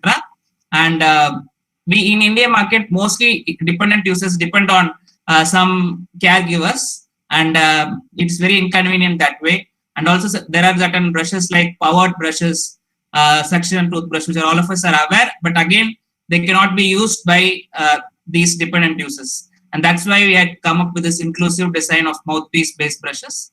This is our current roadmap.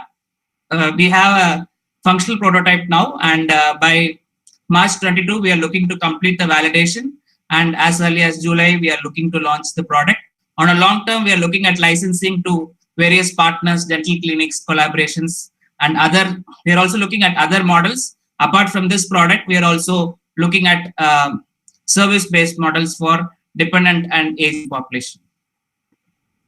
So this is quickly our team. Along with me, I have another dentist of mine who's a co-founder, and a couple of engineers and mentors on board. I'll show my product video. This is a old video.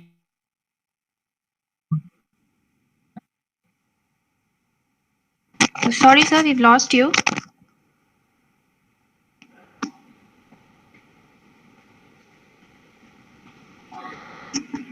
We are not able to hear you. Is the sound audible, Harshini? Yes, sir. I think due to the bandwidth, just try turning off your video and try to connect. Or maybe because of the bandwidth issue. Sir, ma'am? Yes, sir. Yeah.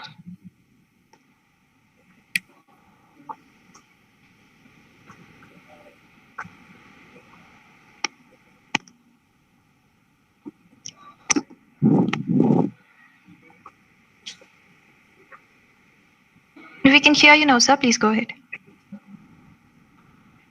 Oh, just a minute. There's some bandwidth issue. Rotary switch to select a mode. You can see. I just have to rotate it and it will flip the mode. Now. Yeah, just a minute. Sorry about that. Yeah, no problem.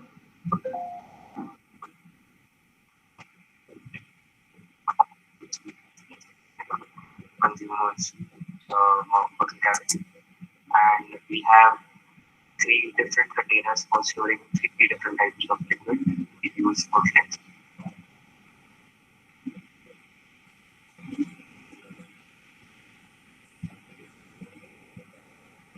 This is the prototype of the oral healthcare device comprising of. Stuart, we can't see anything, so you may want to sort that out, or it's fine.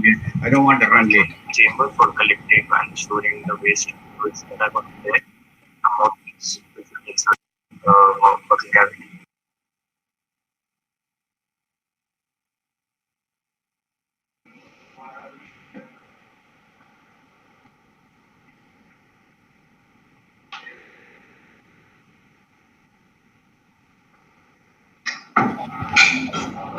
It's fine. Yes. Proceed on. Yes. Don't worry. Yes, sir.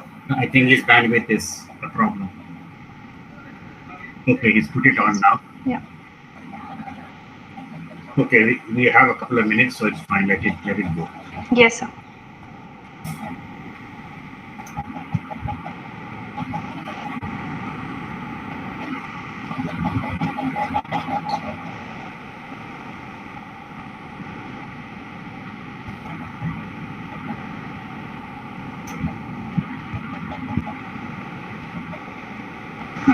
Dr. Stewart, not a problem if you're not able to show the demo. I think there might be some bandwidth issues.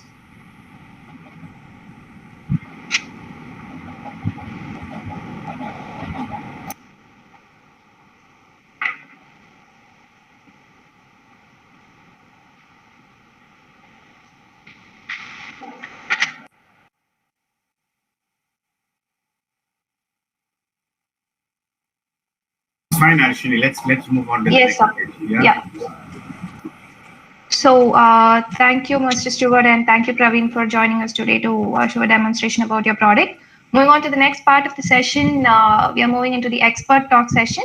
So it is on emerging trends in healthcare, wearables, and assistive technology, for which we have with us Mr. Arun Sethuraman, founder and CEO at Really Healthcare, and principal advisor at Ecosystem, former VP and Group Information Officer at International at Striker, Singapore. Over to you, sir. Hi, good morning. Can you see my screen? Yes, sir. All right. So I just want to let you know, so I'm going off camera now, 5 minutes before the end of this session, this part of the session's time, I'll go on camera to just indicate the time. Is that okay, sir? Perfectly fine. So I just want to get a sense. Can you see my screen?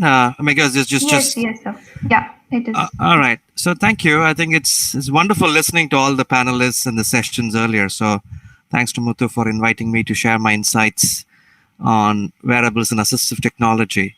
So I know Abhishek is following me. Abhishek, a good friend of mine. So he's got some exciting innovation to share. So quick introduction about myself.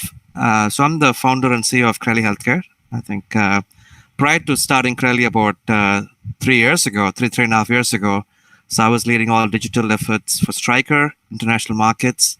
Then also spent many years at the German Merck KGA Group, Nike, General Motors, a career of technology and innovation. And that's pretty much been my roles in the last 20 plus years. So I partnered with Dr. Andrew Jeffers, who's not on the call, but one of my other colleagues, Michael Klum, he will join in the next session as a panelist. So very interesting. So we talked about assistive technologies. So according to WHO, about 1 billion people or more require one or more assistive product. So what is an assistive product? If you really look at it, a product that maintains or improves an individual's ability to be independent. That's pretty much an assistive product. So look at the quantum, 1 in 7 people whom we meet need one or more assistive products, okay? If you really look at that's important. And also there is a huge unmet need. For example, we saw 1 in 7 people need an assistive product, one or more, but only out of that 10% only get access to these assistive products. So for innovators in this space, and I think we've had 2 innovators showcase their solution, one in terms of the dental services, another in terms of mobility and access.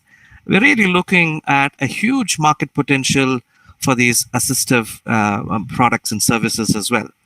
Yeah.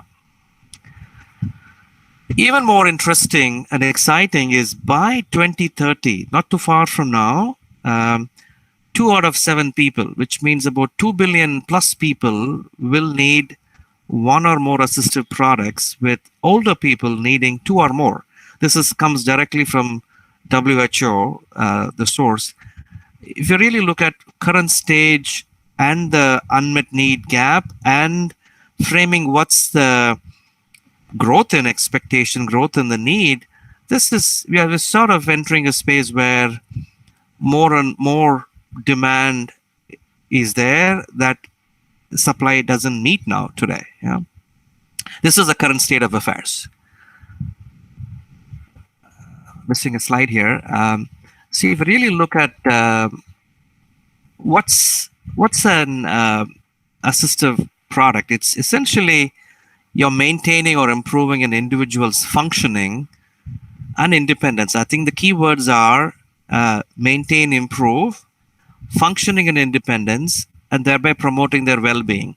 So I think this being a very broad definition, so we are focused on multiple opportunities, multiple solutions as well here, right? If you really look, keep focusing on the theme of improving functioning and independence, right?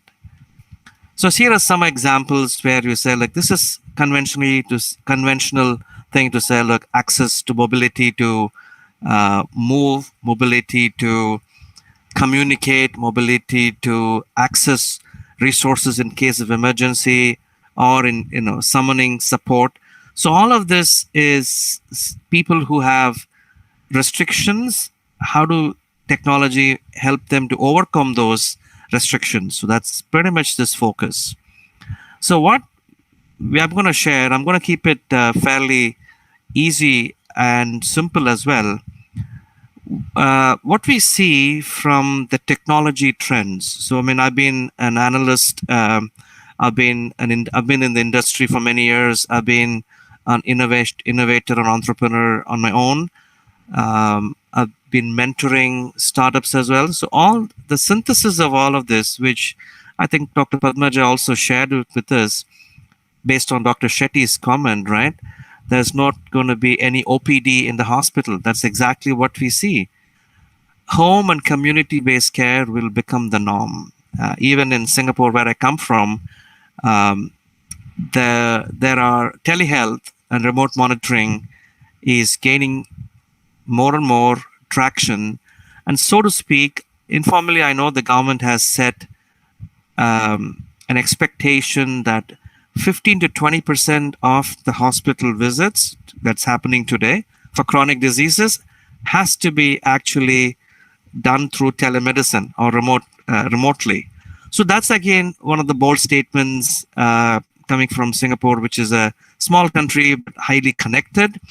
But also India is a bigger country, will have a little bit more challenges, but huge opportunity, and COVID sort of brought some of the innovation to the fore.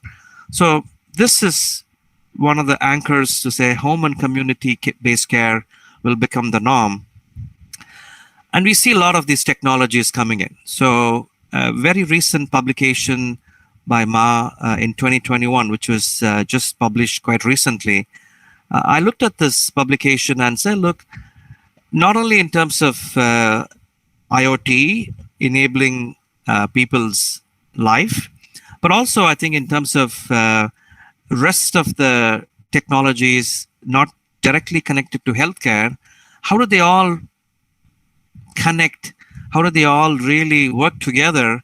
So the person who is at the receiving end of all of this, or the consumer of this, or essentially the stakeholder of all of this, has independence, has really all the support the person needs. If you really look at it in this chart, and I encourage everyone to really go through this publication, right from, we've heard about smart meters, we've heard bedside call units. These are classic things. So now you get more and more like assistive robots are happening, which is really in a small way improving the caregiver gap as well. We get mobility devices like smart walkers, stair lifts that manage it. from looking at pressure sensors to fall detection floors.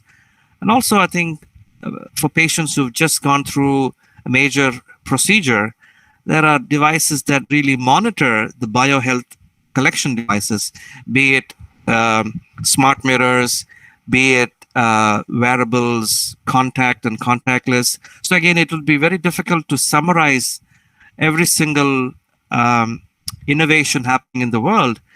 But I believe this illustration synthesizes and combines a lot of this into an understandable thing. When you connect the dots to say, hospital is no longer the core place where people will get care. Care is moving from the hospital to home and the community. And this is a good model where lots of the emerging pieces of technology, which is becoming more mainstream, will make the life of the patient or the person much more valuable and independent. So I think the second insight is there's lots of players. The market is, I mean, there's so much innovation happening in this space.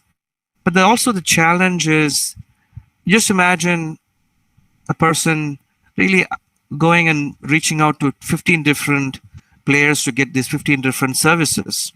That's not going to happen. So I think it's not going to increase adoption. Right now, in spite of all of the innovation happening, acceptance is still at its nascent stage. It's not really, high rate of penetration.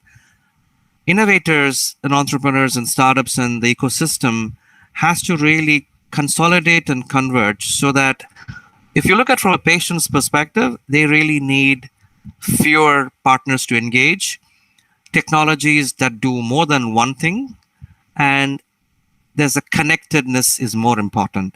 I think the era of standalone devices that does only one function are gone. So we need really an emergence of consolidated platforms, consolidated technology and providers. That's going to increase adoption. Some of the examples in this case, again, there's plenty of companies really working on the space globally and also in India. Again, given the short time frame for this call, it's impossible to summarize everything, but you're really looking at companies in the senior care space, companies in the home monitoring space, and I encourage everyone to go read more about them. My point here is there is lots of players happening, lots of players, and if you also really look at the same age tech market map, if you really look at who's providing for aging population or who needs independence and freedom, mobility and every other thing, there's even between 2020 and 2021, you see the evolution of some of these players. So this space is going to get a lot more interesting. The players who will become successful are those who will really be able to consolidate and converge these technologies and focus on adoption. Technology, it is ultimate thing, has to make it easy for the people to use it. Okay, that's the second insight. And I think the third insight is very important. Now I have a slightly different view. I'm not too bullish when they said, look, lots of startups working on lots of new products and solutions, but ultimately all of these companies are creating value, and value has to be realized if someone pays for the products and service, right?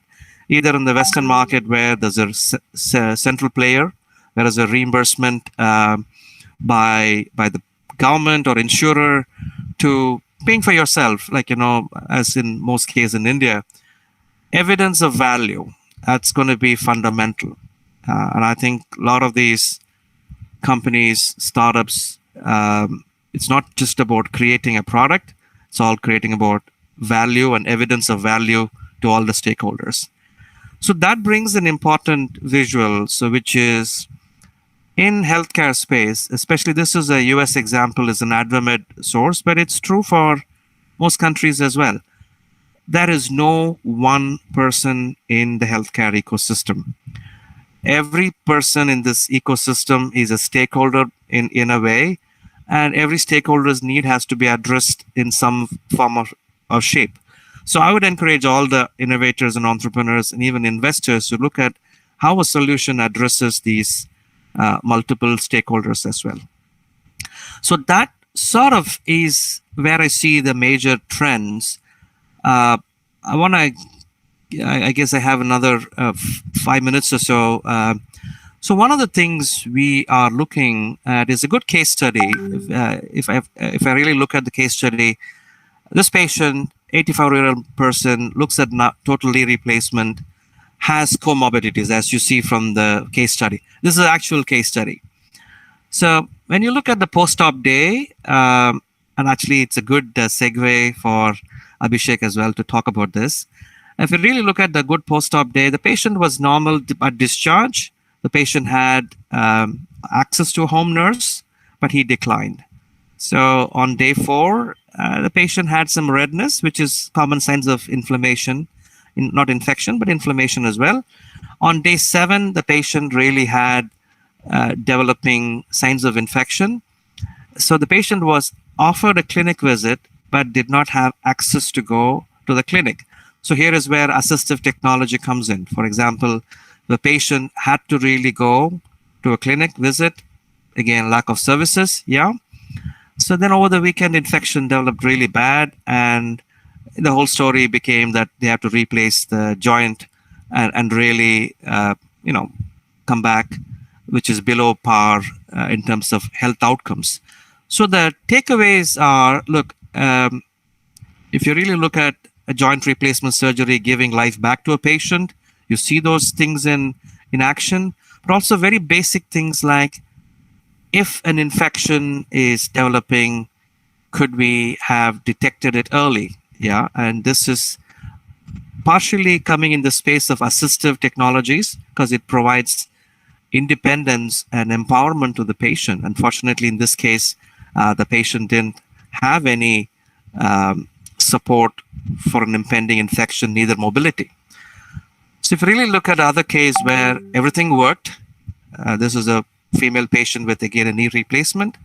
A home health visit nurse came in, so she did not have the right tools, and she immediately sent the patient to an emergency room, which was unnecessary. But again, a lot of trauma and increased costs to the patient.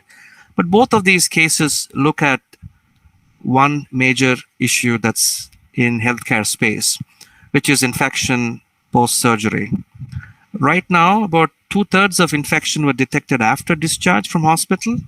And the seriousness of the issue is, if a weekend, as you saw from the first case, a 45-hour delay in treatment of SSI increases the risk of death by almost 4 times. So there is a need, big unmet need for reliable and credible post-operative wound infection and monitoring system. This is pretty much what we are focused on. And I wanted to give, again, novel technologies that we have been developing with my company. So this is kind of the sensors we have been using. This is kind of a device providing early warning. And this is a team that's really working on. And as Raghu said, most important thing is who is in your advisory board. How do you build your team? How do you really combine the energy and experience of all of the players into creating I would say, a solution for all the stakeholders? That's pretty much what we are doing now. And our vision is no one should die due to delayed detection of surgical site infection. So I sort of felt this was important in the context of assistive technologies, because this is really bringing independence and empowerment to the patient. Patients can manage their own health at home, and if something goes wrong or it's tending to go wrong, there will be a care team that will take care of the patient. So remember all the 3 trends we talked about. Care will become distributed, which means home is going to be the new hospital. Not exactly the hospital with all the bells and whistles, but I think home is where the primary place where care will be delivered. and then value is much more important. Evidence of value is more important as well. So with this, I'll take some questions. Thank you, sir. If there are any questions, participants can post in the chat box. We can take it at the end. Thank you so much for sharing your valuable insights on wearables and assistive technology, sir. Thank you so much for joining us today. Moving on to the next expert talk. The topic is emerging trends in healthcare, application of software in assistive technology, for which we have with us Mr. Abhishek Agarwal, co-founder and CEO, Kinexis Private Limited, Singapore. Over to you, sir. So also just wanted to inform you. So before winding up that part of the session, I'll go on camera to just give you a heads up for the timing. Sure. Thank you, sir. Hello, everyone. Good afternoon. I'm Abhishek from Kinexis. Personally, I've been in Singapore for 10 years, originally from India. Born and brought up there, studied in BITS Pilani. Final year came to Nanyang Technological University to complete my final year with a focus on biomedical medical devices, basically implantable medical devices. I worked after that for 5 years in R&D and high precision manufacturing sector. And built algorithms for implantable medical devices, have about 2 book chapters and 7 international publications to my name before deciding to quit and start what I am running today, which is Kinexis Private Limited. Talking about which, Kinexis is an AI-driven digital therapy platform and wearables company with a mission to enable and empower people for mobility and a better quality of life. Today, we are here to talk about software in assistive function. So let me talk about the space first, right? Because I strongly believe in sharing my own experience, domain experience, and real world knowledge and experience of using software as an assistive technology towards patient care and bringing value to the care ecosystem. So I share my screen and go through some of the broad areas first.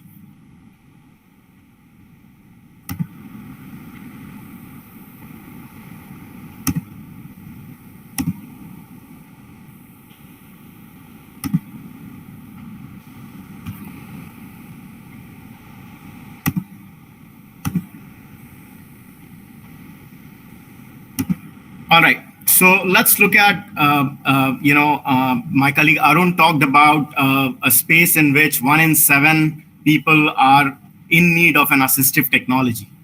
Now, I'll slightly up that game by saying that I'm in a space wherein 1 in 4 people are in need of assistive technology. We are looking at musculoskeletal disorders and injuries, which is a global health phenomenon. Now, one of the main motivations behind getting into assistive technology and personally, believing in that this could build value for people around me is having seen my own father living with a spinal problem for the last 25 years of my life. And when I was getting into, let's build something, let's develop, this sensor technology and a software platform into something that could add value to people besides just also building a business, I was very motivated to work in this space, having seen the experiences of my own father. So the two things, that I'm going to talk about today is one is a hardware complemented with the software, and one is a pure software itself, both being assistive technologies that are bringing value to these people, these 1.71 billion people, right? Now, we are looking at acute and chronic knee problems as our beachhead pool of customers, wherein these are broadly the markets that we are getting into. Now, I talked about 2 products, right, that I have experience with. And one of them is a knee recovery management system for acute knee patients. Now, this comprises of a wearable device that we are using for patient care combined with a mobile application. Now, this product itself is something that we have been using at major hospitals in Singapore with total knee replacement patients who have gone through surgeries, as well as sports patients like anterior cruciate ligament surgery patients who have also gone through surgery.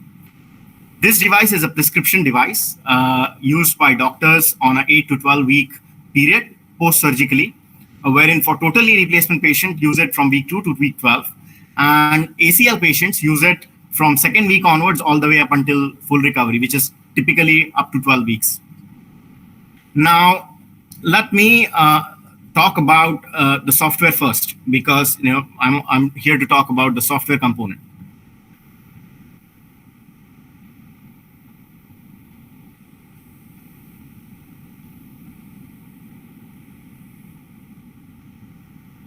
So the second product, which is Leukemia Home, is a computer vision and AI-powered digital therapist. Currently, there are 3 pain points associated with recovery of musculoskeletal patients who do not need surgeries, right? Chronic patients. These could be people like me and you who just, are suffering from back pain or neck pain or knee pain, and they just want to recover. They just want to feel less painful and more at ease on a day-to-day basis. So this is an example of a software platform that provides real-time guidance and form correction for home-based therapy exercises. Now, there are many kinds of exercise. There are like just casual exercise routines, right from Pilates, yoga, to all the way to very serious clinical interventions like physiotherapy. Now, what this software product is doing is it is providing the same experience as having a therapist right next to you at home.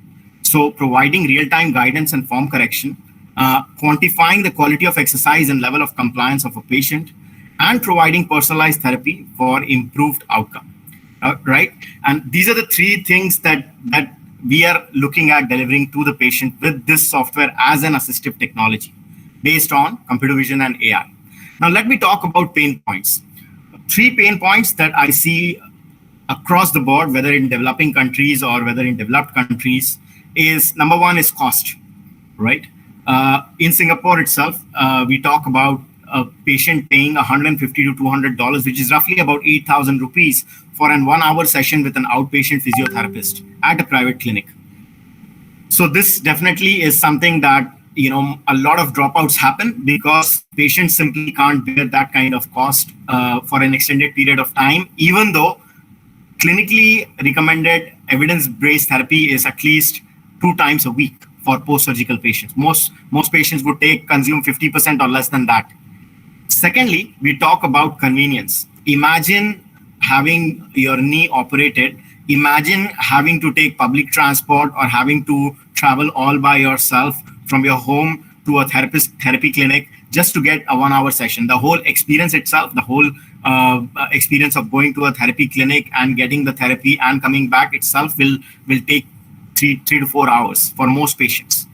Now, this is a major factor as well for dropping out of therapy that is required and clinically recommended. The third thing that I talk about is standard of care. Now, we look at, I go today to a experienced therapist, I go to a big hospital and I get a therapist who's had 25 years of experience in delivering therapy to patients. I'm going to have a very good experience. I'm going to feel great. I'm going to recover fully. I'm going to have great outcomes. But I may also go to a hospital and I may also get a clinician who's just had like 2-3 years of experience and hasn't really developed his skill sets in treating patients and delivering a good experience. So that's when we talk about standardized care, reassured by computer vision and AI-powered digital therapists.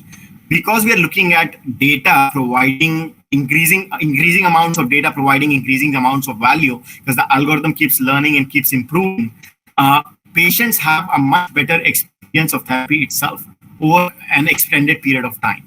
And standard experience, right? So it's not like someone who uses the software versus someone who doesn't use the software or uses the software or is a slightly more chronic patient gets a different kind of experience, because the software performs differently. No, software performs in a standard manner across all patients. So patients have a very standard and reassured by physiotherapist, of course, human physiotherapist, of course, kind of experience. So this is what digital therapy would entail in terms of value. Now, let me go to key functions, right? What this kind of an assistive technology would provide. It track full body movements, provide real-time guidance and form correction, and quantify the quality of exercise. So you have multi-segment tracking, hassle-free access to therapy, and pretty much unlimited number of sessions. You can have it anywhere, whatever time you like.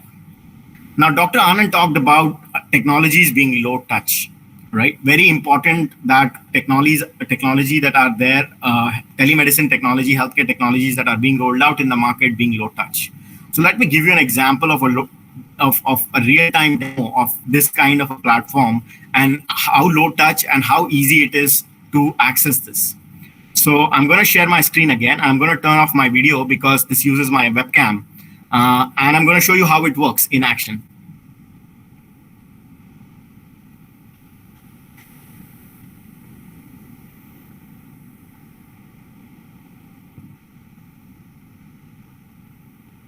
So everybody can now let me know if you can see this screen called Leukemia Home.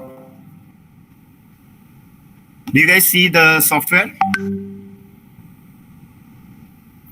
Make sure Yes, Abhishek, go ahead. Yeah, make sure to turn your volume on because this is a real-time demo so that you'll be able to see how the voice guides, AI and computer vision-based therapist guides someone doing routines at home right from their mobile devices or tablets or laptops.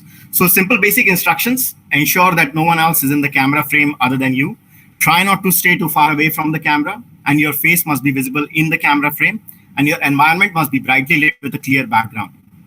I'm now going to start exercises following the basic instructions that pretty much everybody can follow.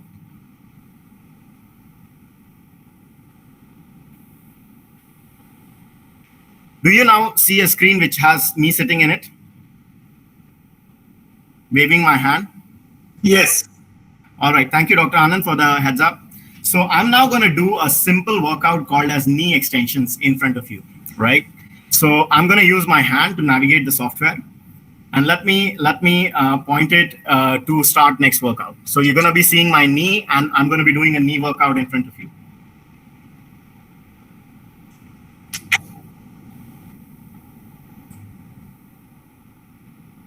All right, this shows me a video of how to do a knee exercise if I'm a patient and I don't know how to do it.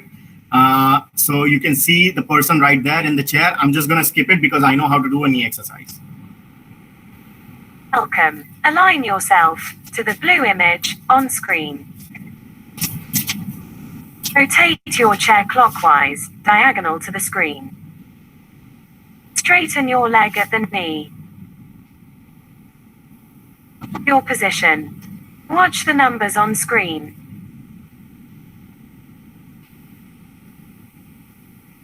Nice rep, well done. You can now put down your leg. Straighten your leg at the knee.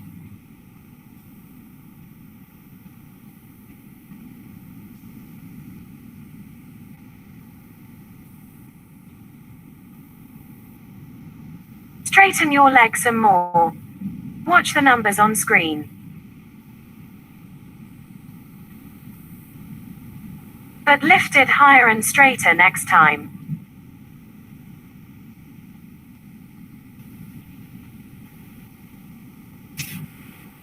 Exercise is now over. Well done. So you saw just now I did one intentional bad rep, and the software was able to pick up very easily basically that I need to straighten my leg some more, and it counted that rep as a bad rep, right? I basically had to tell the software nothing. It picked up on its own, and it guided me real time while I was doing the exercise to position my knee correctly and to do the exercise properly. I'm going to do just one more exercise, and then I'm going to go back to my presentation. So this is a neck exercise, neck warm up. Same thing, I'm just going to hover my hand in front of start next workout. Welcome. We will begin with 2 neck exercises.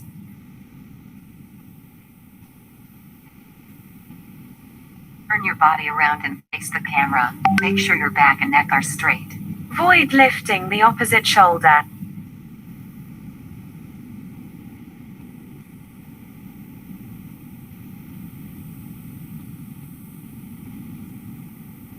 Now, slowly return to your normal position. Tilt your right ear towards your right shoulder.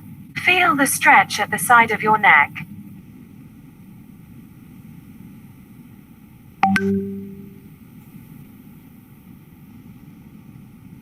Now, slowly return to your normal position. The exercise is now over. Well done. So with that, I'm going to finish my demo for today for this software-based assistive technology product. So this is, I hope you guys enjoyed it. Thank you for giving me the opportunity to showcase this demo. I'm going to turn on my video now.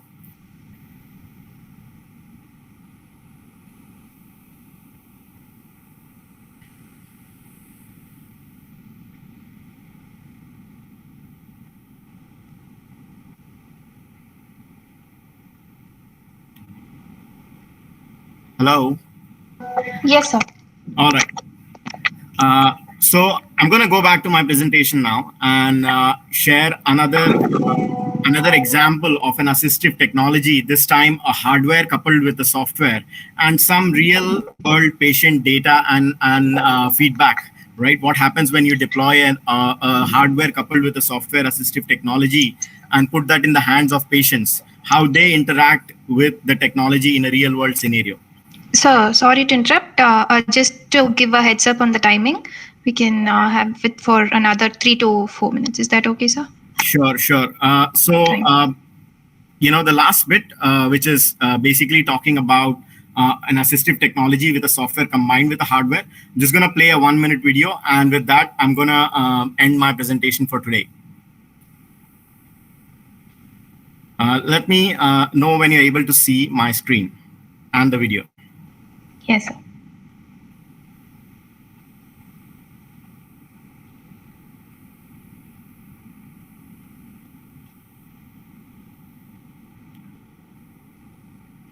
Yeah, your screen is visible now. Have a patient engagement, no systematic guidance or monitoring, and often resulting in non-compliance of prescribed therapies. These problems will lead to slower and much longer process of recovery, higher risk of joint stiffness, persistent pain, loss of function, or even recall surgeries. So we came up with a comprehensive solution to track, monitor, and coach these patients and enable their full recovery from the comfort of home. Our first product comprises of an app-based digital therapist for teleconsultations, remote prescriptions, patient education, and remote functional assessment. This app is used during the course of outpatient rehabilitation by both patients and therapists. We have also come up with Leukemia Need Rehab Kit for the chronic patients who have gone through musculoskeletal surgeries and you need up to 12 weeks of post-surgical rehabilitation. What's inside the kit? It includes a sensor unit and adhesive patches, which we use to mount the sensor on the lateral side of the rehabilitating knee. The sensor is able to connect with the user's own mobile device via Bluetooth using our app. The patient can perform the prescribed exercises by following real-time guidance and feedback from the app. Leukemia sensor also monitors the patient's activities of daily living and functional recovery on a continuous basis. Both the exercise session reports and continuous monitoring data are stored in a cloud database and made available to clinicians on an on-demand basis for remote prescription of personalized rehab exercises and teleconsultation. We are a team of 10 driven. All right. So with that, I would have my concluding remarks. Basically, so today I demonstrated two examples of software playing a major function, a major role in providing assistance to patients recovering from musculoskeletal conditions, which affects 25% of the global population, or 1 in 4 adults.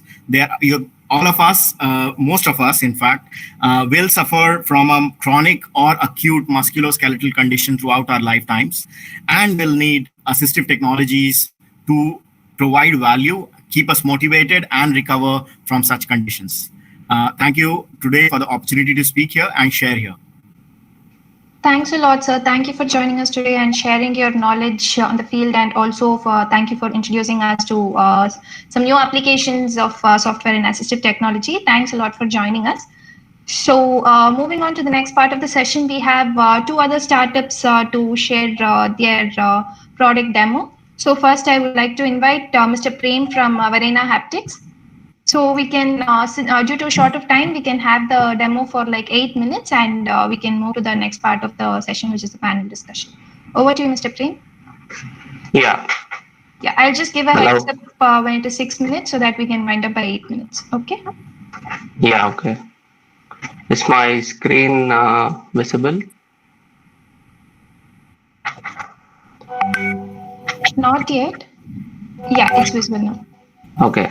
Hello, everyone. I'm Prem Alavandan, representing Verena Haptic in VR Systems, and today I'm here to present our project, which is immersive VR-based high-fidelity digital rectal examination setup with haptics feedback, which is basically a simulator, medical simulator, and our company focuses mainly on biomedical applications related to virtual reality technologies with haptic feedback. And the need for digital rectal examination was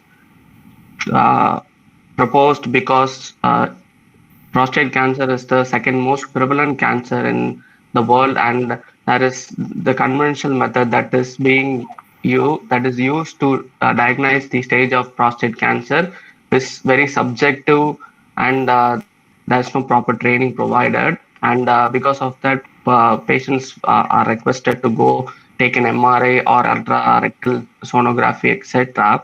But with proper training of the conventional method, the cost can be cut out and the diagnosis can be made easy. So with the data that we collected, the training that the physicians receive is not sufficient with the mannequin model, and they do not have any visual feedback or a haptic feedback. And the solution that we provided is by modeling a rectal silicone mannequin that provides real-time clinical environment along with human-like tissue properties, which is interacted with the sensors attached to the hand, which interacts in the virtual world real-time, along with the inner view of the rectum, which gives insights about what is going on inside.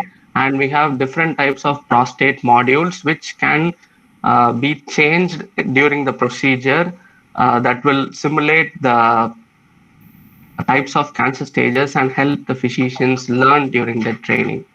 And the existing products just have a thimble, the Phantom, as you know. The thimble just doesn't give a proper haptic feedback and doesn't mimic the real environment of a human rectum.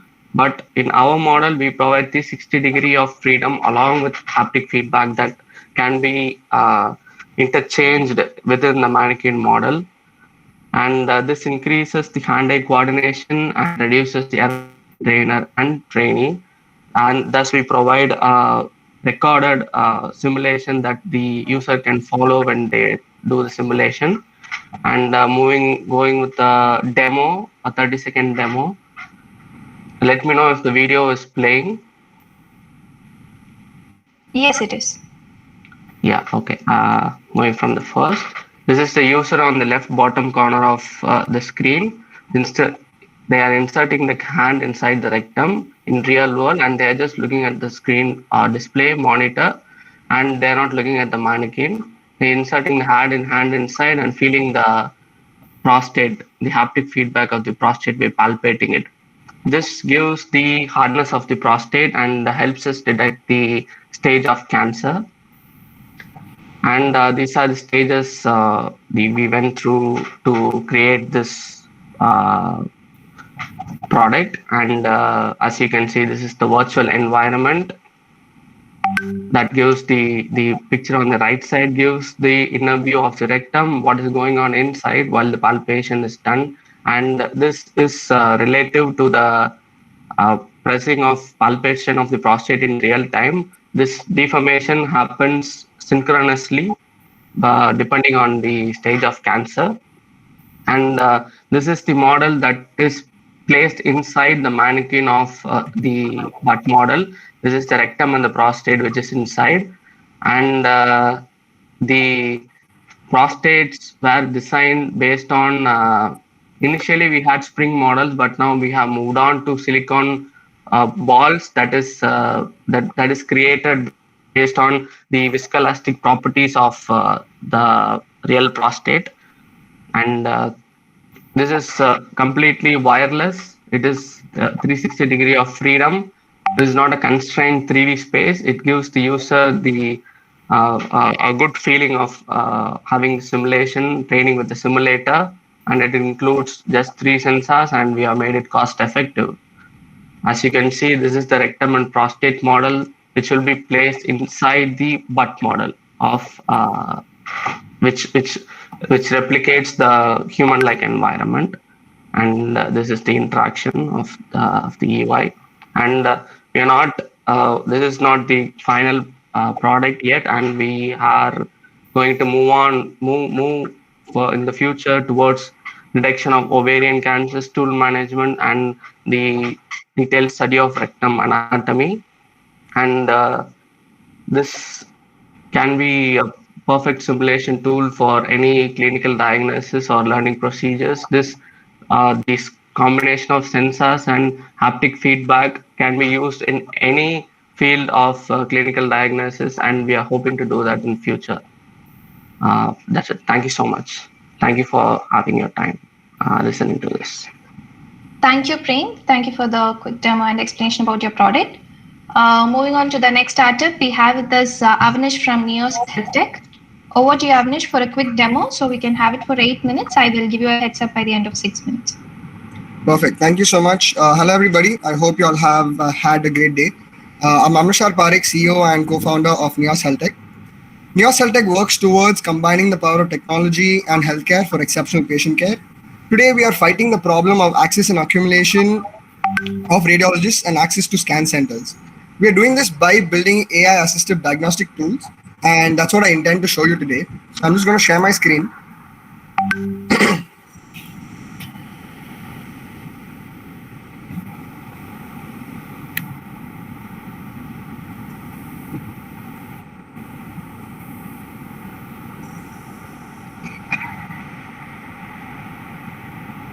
Yes, so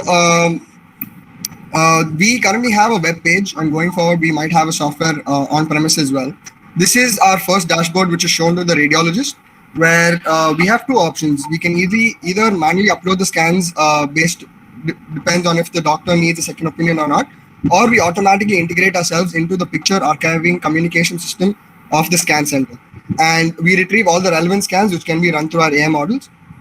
So if we were to manually upload, we need to put in the UID of the patient, browse for files, choose the files that needs to be uploaded, and click on the upload button. I've already uploaded a scan to save us some time, and this is the entire dashboard which is shown to the doctor once the scans are uploaded. This is CT thorax of a patient who has had COVID, and this is an entire DICOM viewer which we have, which gives them all the tools to view and report the scans. They can peruse the scans to understand what is wrong and additionally give that information. Our AI detection tool also looks for different patterns like shown here. So if I just toggle on and off, we can see there's a white mask thrown over some parts of the lung, which has basically been affected by a pattern called ground glass opacity.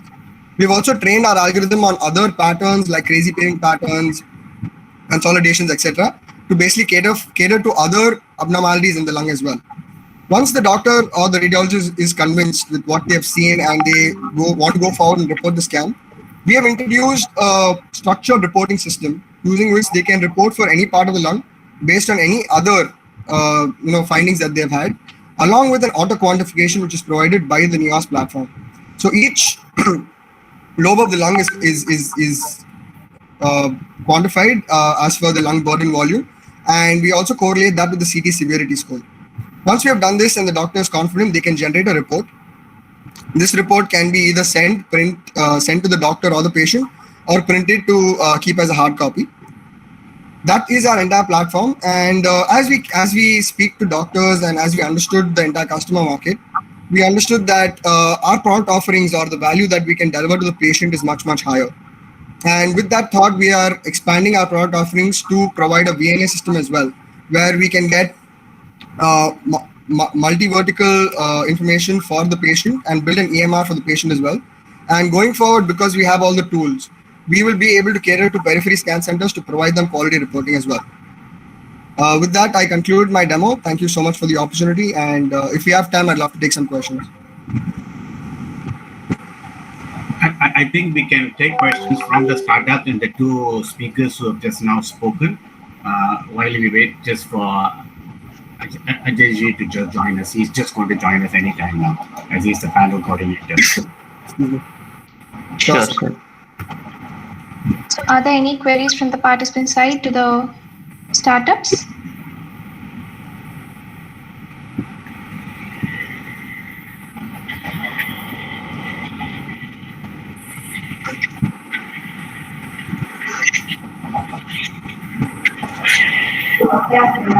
Okay.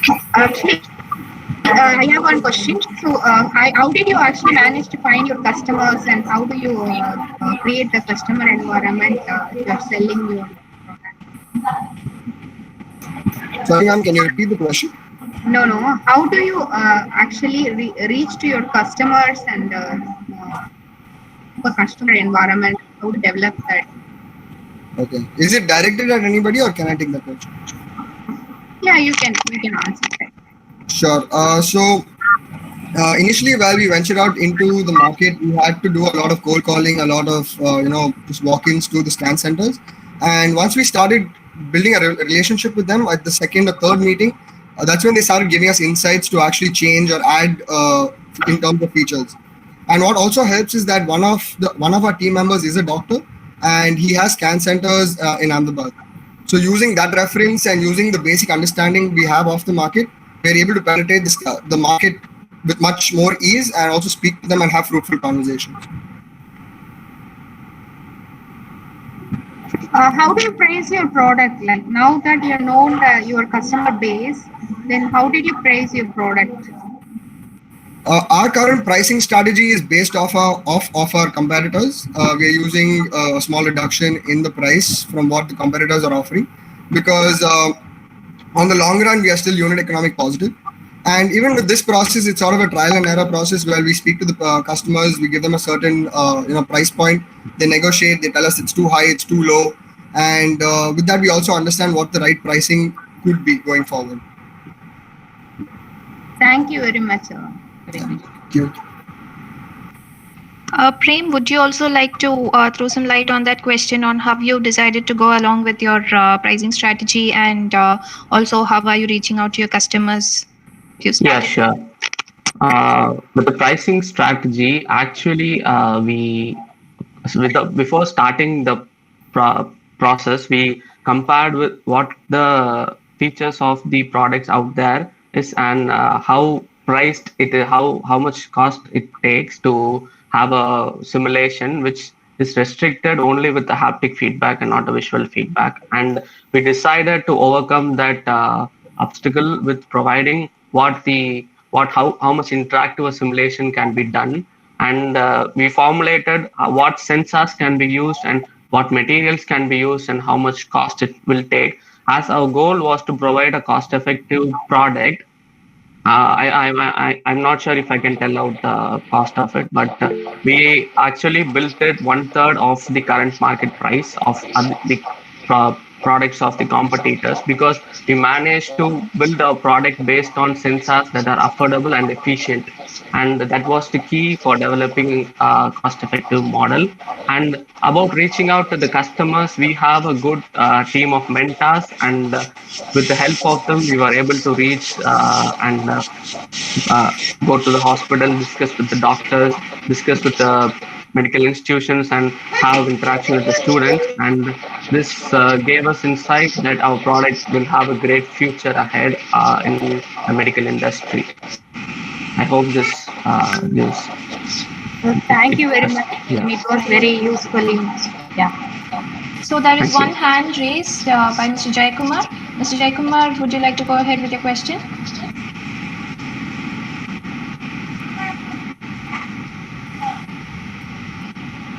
Mr. Jayakumar, are you there?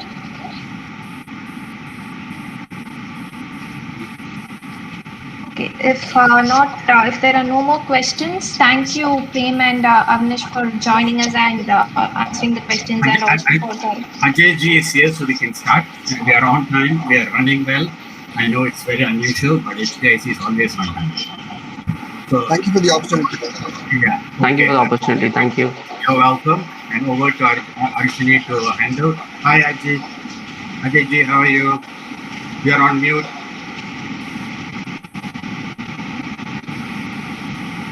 You just have to unmute yourself, sir. There will be a button in the bottom. Got it. Great. Thank you. Can you hear me? Yeah, great. We can start. We can over to Arshini. Arshini, can you introduce the panel and hand over to Ajay ji? Sure. Thank you, sir. Sorry. So moving on to the next panel discussion, which is on exploring a technology that is assistive technology. So the topic for the panel discussion is life-changing assistive technologies in healthcare. We have Dr. Ajay Chaudhary, founder of HCL and chairman of Epic Foundation, as chair for the session. And the speakers are Ms. Shruti, founder and CEO of Kriya Loans Innovations, Mr. Michael Plum, CTO at Crelli Healthcare, Germany, Dr. Ramakrishna Pasumurthy, assistant professor at IT Madras and also a founder of IMO Motion Tech. We also have with us Dr. Paul Ramesh Tangaraj, senior consultant at Apollo Hospitals and adjunct faculty at IIT Madras, and also Dr. Prashant H. Chalageri, assistant professor in Department of Medicine and Rehab, CMC Vellore. Happy to have you with us, sir. Over to Dr. Ajay Chaudhary to set the pace for the session and go ahead with the panel discussion. Good afternoon. It's a pleasure to have such a varied panelists today in the panel, from Shruti to Michael to Ramakrishna to Paul to Prashant. And I think you've already introduced them. So what I would request each of them to do is to give us a few minutes on what their thoughts are on this subject, so that we can then have a good discussion as we go forward. So may I request... Thank you. Can I request... We always run on time.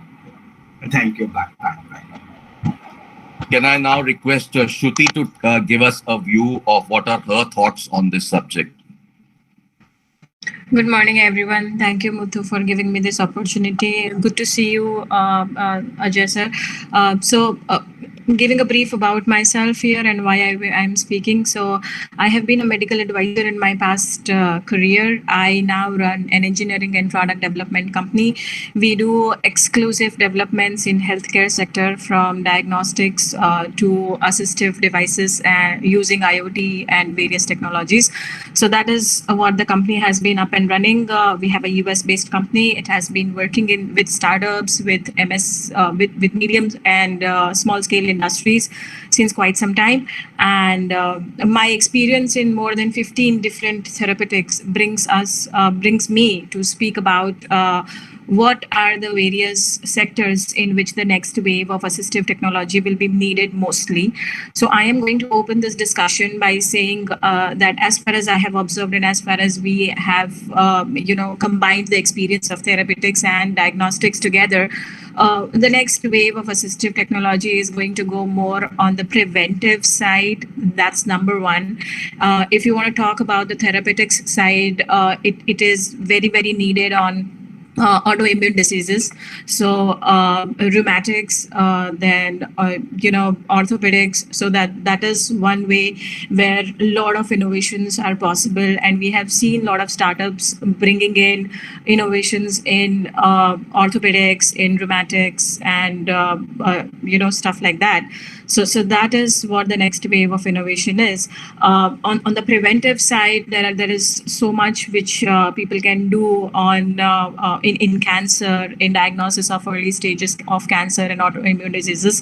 So that is what we have observed. I just support this by giving an example of one of our clients in Europe, where they were creating a screening device for early stage breast cancer. Okay, now it was a very simple screening device which they actually designed for breast cancer, but it was also used for skin cancer cancer detection. So I think the next wave of innovation is needed much on the prevention side, so that more and more better things can be taken care. So I would open the forum with this note and then take things rest moving forward. Thank you, Ajay sir. Thank you, Shruti. Can I request Michael to say a few words, please? Yeah, thank you very much, everyone, and hello from Germany. Thank you for the invitation to speak in this panel. So maybe a very quick introduction for myself. I've been a researcher and technology consultant and also industry consultant in Germany for more than a decade now in the general realm of medical technologies, mostly concerned with wearables and patient monitoring. And during that time, I've been coming in touch with almost every possible way of acquiring a signal from a human that is not going to interfere with your daily living. And I think this is one of the most important aspects that I can bring to the table. The options of modern technologies, of cutting edge and sensory, how we can enable clinicians and patients to be able to acquire as much data as possible while limiting or minimizing the impact on the patient. And I want to bring to the table also that preventive is a very good point, actually. And also I want to combine this maybe in the head of the people with home monitoring concepts. So I believe that preventive actions are best implemented in a home monitoring concept as wireless and as unobtrusive as possible. And in that context, I believe assisted living plays a central role, especially for the elderly people, also in the context of mental health, dementia, autism, and gradual functional decline. These are all very, very big topics that I think are very, very underrepresented in terms of home monitoring concepts and need a lot more attention as well. And go very well in line with the preventive concept that you just presented, which I really want to underline that this is a very important point to make. Yeah. So far from me. Thank you very much. Thank you, Michael. Can I request Professor Ramakrishna Pasumurthy to speak next? Yeah, thank you, Surajay, and thank you HTIC for the invitation. It's been a fairly long association with HTIC. So I, as a brief background, I am a faculty member at IIT Madras. I specialize in systems and control. I also have a parallel interest into IoT, sensor fusion, and more recently also towards the healthcare industry. So my interest into healthcare would be in the form of wearables, essentially for gait monitoring and motion disorders. In a way, a kind of an ignored area because maybe there's not too much money to spend on infrastructure for geriatric treatment and so on. So we started off doing things related to monitoring the gait, treating patients suffering with things like some walking disorder, essentially something like foot drop, to see what kind of functional electric stimulators we could build, which could be kind of self-corrective mechanisms with not too much intervention, and of course assist the subjects or patients with some kind of a remote assistance. Another thing that I'm interested is to just look at advances in technology, especially with respect to IoT, sensing data, to see if we could do, if we could invest or investigate a little more into some kind of a predictive monitoring, like what's the analog of industry? They call it as some kind of predictive or preventive fault analysis. Can be in a specific case would be a fault prediction in elderly through early sensing of their motion disorders. And second thing that we are also interested is, can we use virtual reality coupled with the parameter, so the paradigm of digital twin to offer some kind of superior physical rehabilitation, especially in the case of geriatrics, which I think is a bit of a neglected area, particularly in our healthcare domain. So that is my interest, and I think there's a lot of intersection between what the other panelists are talking in terms of monitoring and IoT, and I have a specific interest towards geriatrics. So that is a little bit of what I had to say in the introduction. Thank you. Dr. Paul Ramesh Thangaraj, please. Yeah, thank you very much to HTIC. My background is I'm a senior consultant cardiothoracic heart and lung transplant surgeon with an interest in mechanical circulatory support with LVADs and ECMOs. I have been a consultant at Apollo Chennai for the last 20 years, prior to which I trained in the UK for about 10 years. I've also been an adjunct faculty, first at the Department of Physics and now at Mechanical Engineering at IIT Madras. My basic science interest involves the study of the analysis of hydrogen peroxide and the gasotransmitter hydrogen sulfide in predictive models for patients with systemic inflammatory response syndrome or sepsis to see if we can predict them going into multi-organ failure. As far as today is concerned, I've had a lot of experience in India working independently with industry and academia. And as I'm sure Dr. Klum would tell us, the ecosystem that exists elsewhere, where there is a triangular relationship between hospitals, industry, and academia, is largely rudimentary or totally absent. And I think this is one of the things that I'm hoping that today we can address.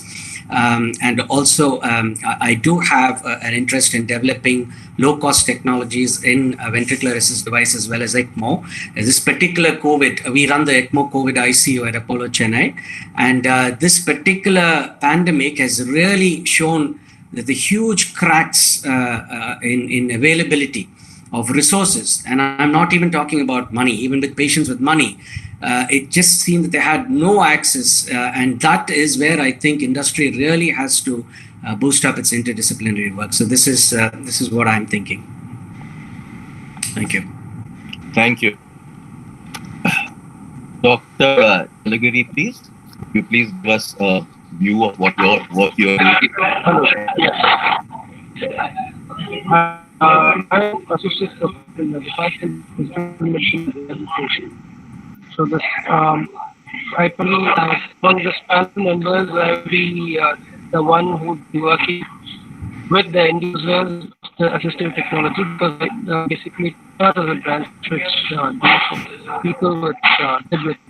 And in our branch, we find that along with the medical management and surgical management, we need a lot of active devices which the patients need, and there is always I'm sorry, there's too much noise in the background. We need to take care of that. There's too much noise. Just 1 second.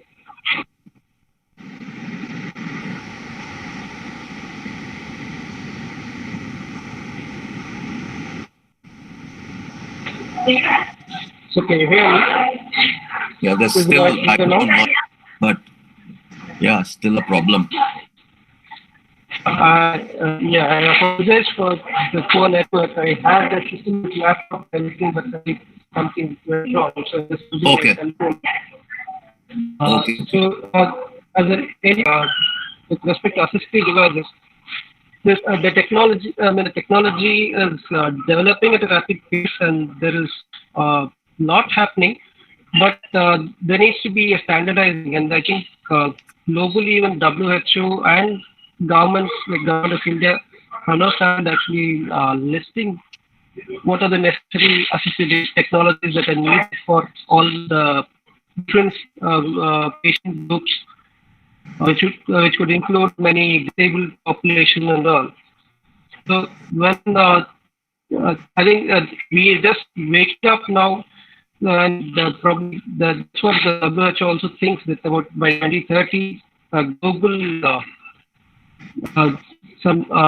there needs to be an agreement on the standards for assistive technology, like For example, we know for a simple fever, a paracetamol that we may give, or the medication that we need to, it needs to be given.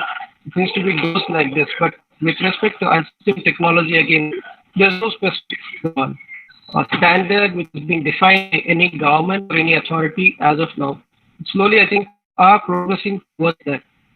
The other thing which I will bring to take is that the marketing, once all the research is done and product is there, but not many people are aware of the available technology.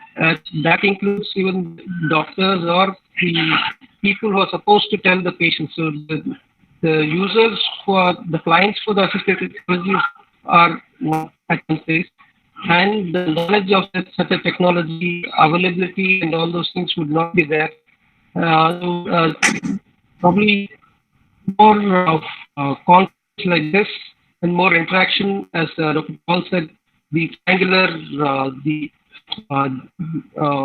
association between a manufacturer, the researchers, and the clinicians is more good. And the patient's perspective is also needs to be taken. Thank you. Thank you. Very interesting. So I think we can now take this forward into a discussion among the various panelists.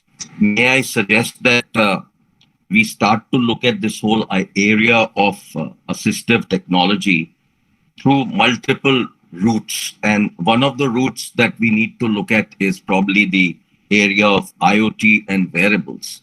So maybe we could now take up the discussion on IoT and variables and look at IoT and variables through various verticals. So verticals, I mean, which type of patients, which type of people who need assistance. So maybe we could start the discussion on that, and we could then lead to how can industry, academia, and startups can play a role in making this happen. So may I just get everybody started on this? Maybe Shruti, you could start off by giving your comments on how we can take forward the whole area of IoT and wearables in assistive technology in different verticals. Thank you. So I'll probably open this discussion from a startup's perspective instead of a company's perspective. So we have seen a lot of times that startups come with us with absolutely no idea as to whether the problem already exists or not.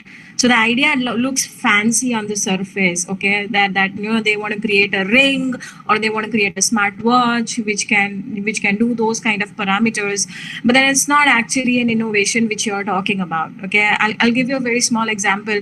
There was a lady who came to us. She was a biomedical engineer, and she wanted to build a physiotherapy machine, okay, for the stretching of the back and the legs. Now, as per the clinical evidences, the machine is not recommended by physiotherapists or orthopedics, right? The efficiency of the machine is not that great. Of course, there is only one player in the entire market who is making it. There could be a lot of possibilities in which it could have been made better. But what I'm trying to tell is that this gap needs to be filled in when you talk about innovation. Whether it is possible to bring technology to the best of the patients, or we are just fancying around technology here. Okay, coming back to the avenues, if somebody wants to do something on wearables, the market is also segmented into hearables. Okay, they need to define what they need to create, whether they need to create a necklace, whether they need to create a ring, whether a smartwatch. Most of these wearables, the sensors, which are very, very crucial, are not available in India. Most of the sensors, if my other fellow panel members would agree, are not available in India. So if you want to get into wearables, you have to know that there could be challenges with sourcing of the components. You will have to do from China, Taiwan, Singapore, and other locations. Okay. Third is there is a huge investment which is involved, and a multiple round of testing if you want to do something on wearables. because the point of accuracy is very, very strong. One mistake on the accuracy of the sensors can just disrupt the entire innovation. So that's the other thing.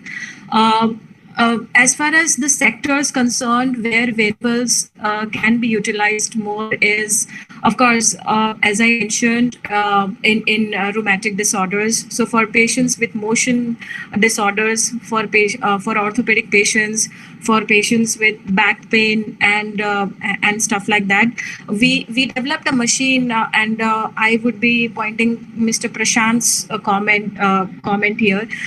So there was inertia measurement device which comes, which comes absolutely in the wearable. You can create a belt out of that inertia measurement device, and it gives you the reading of how the entire locomotive system is performing through a screen.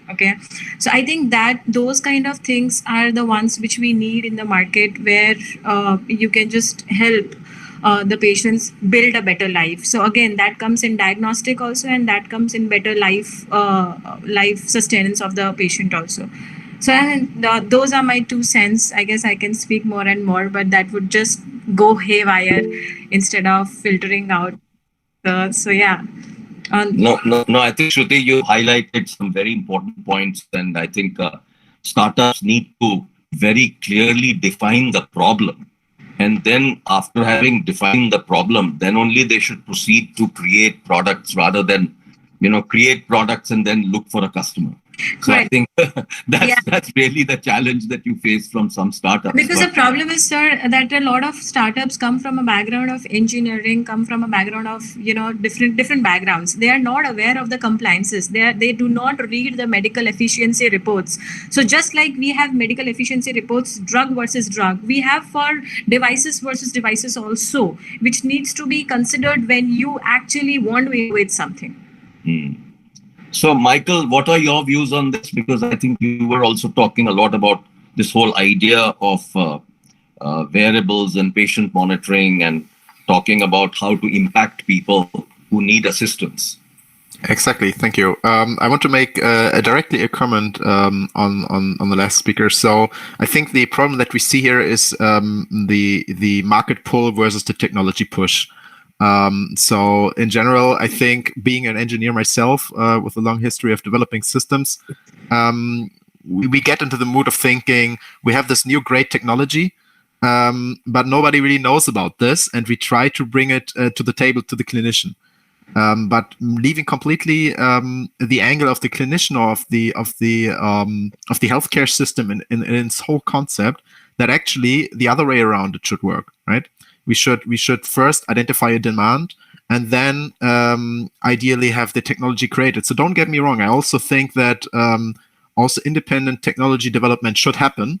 This is also a valid way to make progress. But I think, especially for the healthcare environment, I think the market pull is a much better option to proceed forward, and that is especially linking into the comment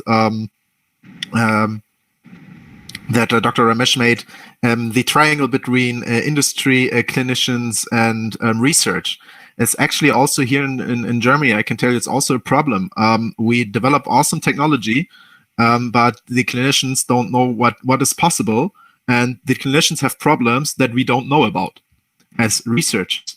And that is, for instance, something that when I joined Curly, we did completely different. We identified the market first, and then developed something for the market. So that is, I believe, something that a lot of researchers and a lot of startups have to, I totally agree on that, and take into consideration. And another point I want to comment on is the sensor accuracy, actually, because that is something I've been concerned for more than a decade now, developing good sensors. So that's actually another misconception I believe a lot of companies have, especially in the tech domain, that they think when they develop a device, they're a device company. Most of the time, especially when it is something that has sensors and a computer on it, they're most of the time not a device company. They're actually a data company, but they don't know yet. So this is something that we have to get into the market, get into the people's head, that the hardware itself is not really the thing. The thing is to have the algorithms and the signal processing chain to do something meaningful with the data, to get knowledge, information out of the raw data, which basically every device company transforms immediately into a data company. That is the two aspects I want to bring to the table here. So what areas where would you be able to utilize these variables and sensors connected to the variables? In which area do you think it would have the highest impact, Michael? So we could now go through the WHO reports and look at the most important non-communicable diseases, for instance, like strokes, COPD, respiratory diseases, CVD, cardiovascular diseases. But this is, I think, only a fraction of things that we should look at. I think one thing, especially in context of the increasing aging of the world population, I think Arun mentioned it in his expert talk previously that we currently have 1 billion people use assistive products currently. In like 9 years, it's estimated to be double that. And this doubling is mostly due to, at least according to the WHO, this happens due to the increasing aging of the population, right?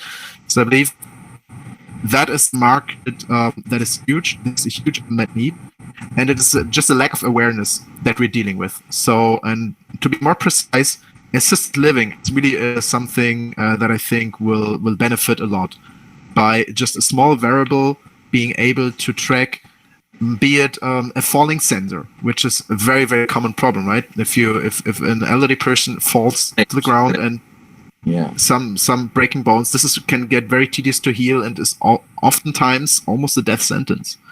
So this is an area that I see where this can be very, very impactful, but also clinical routine. Surgical site infections in general, inflammation. This is also a very, very important area where we can see not a 10%, but a 10x change. You know, that is, I think we should focus on the areas that make a huge impact and stop optimizing the 1-2% margins. Yeah, Paul, you wanted to say something on this? Yes. I've been working since 2005 with engineers and scientists and one of the things I've realized is the doctors have no idea about the jargon that you guys use. They have no concept about how an initial idea is incubated, what is the basic science issues relating to it. And even if they do somehow understand that, they still don't understand the concept of scaling up something. So each individual physician says, oh, you know, this is a problem, can you do something about it? Without realizing that the amount of outlay that is actually required.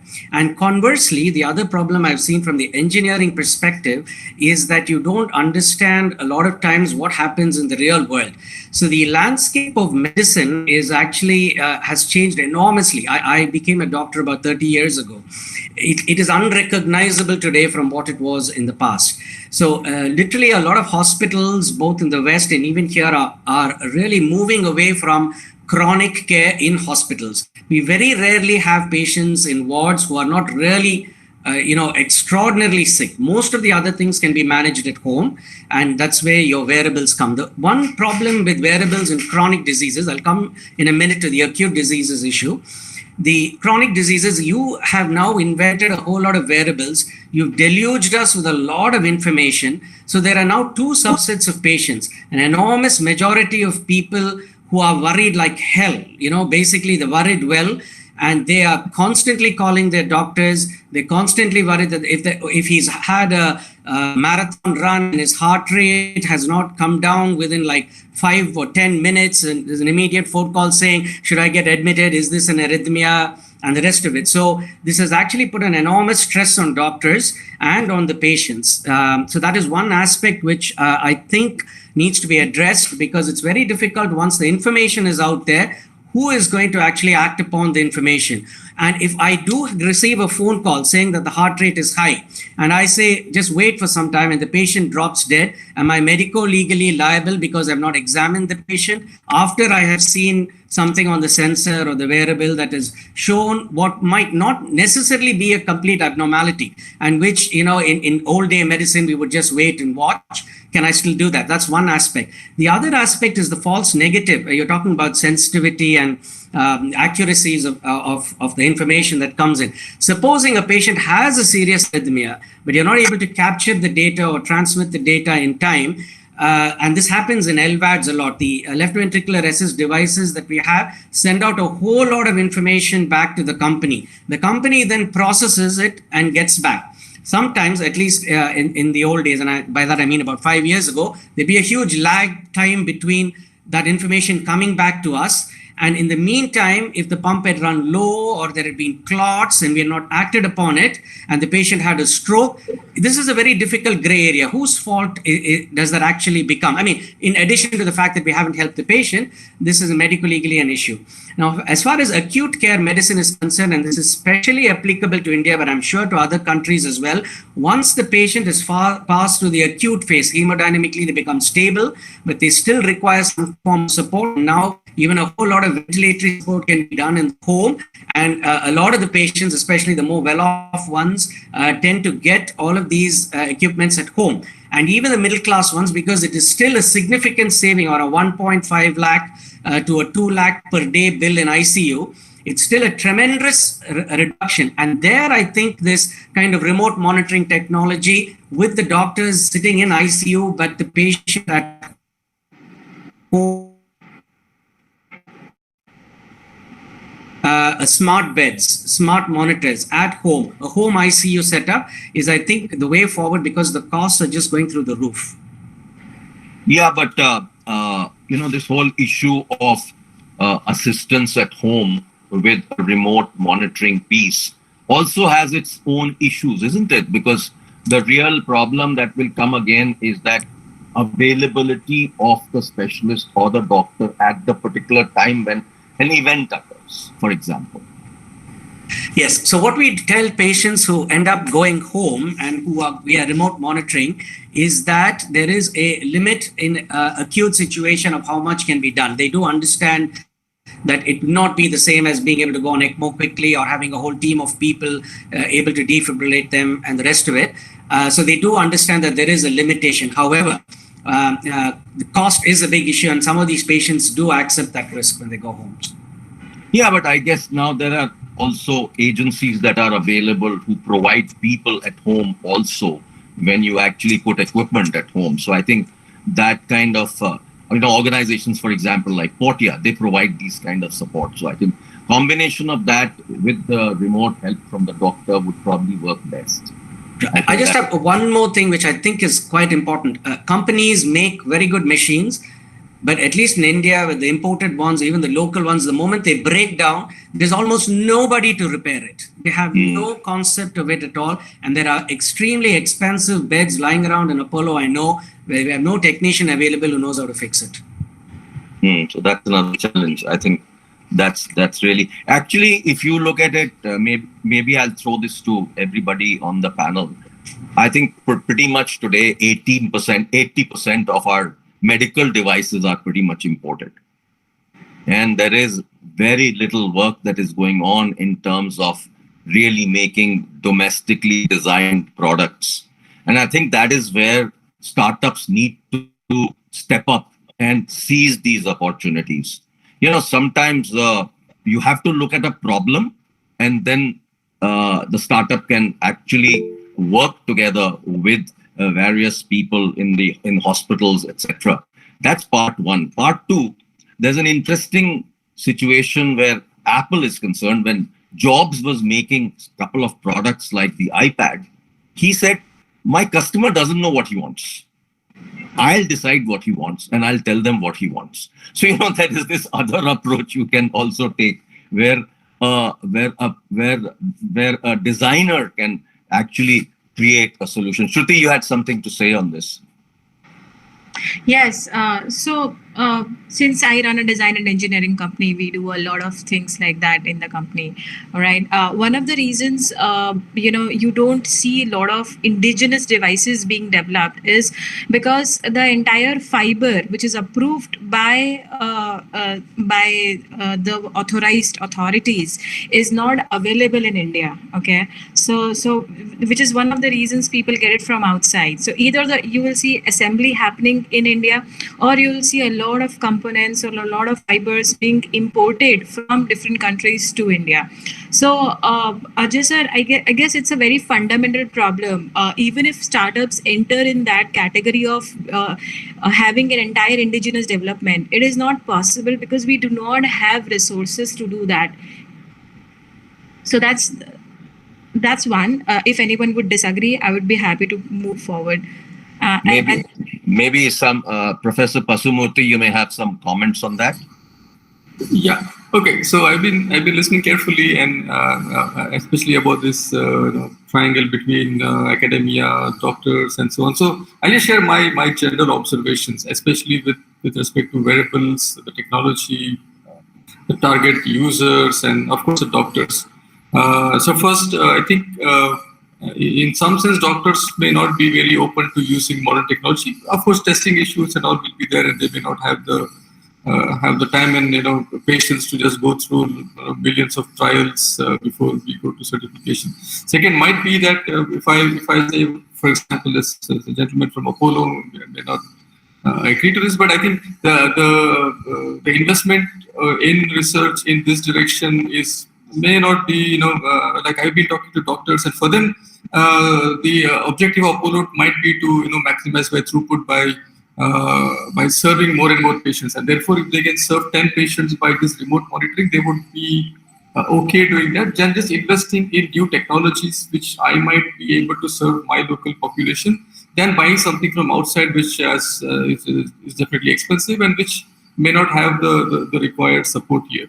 And third is about the government funding and the investors. So all the time I talk to investors, they would be interested in those cheesy terms of market size and how much money you can make in 5 years, 10 years, and there might be illnesses. And the good thing about, or good or bad thing is, people expect all these devices to be not very expensive. And like for example, teachers and doctors are not supposed to make money. That's another thing which people. Which is the general public perception.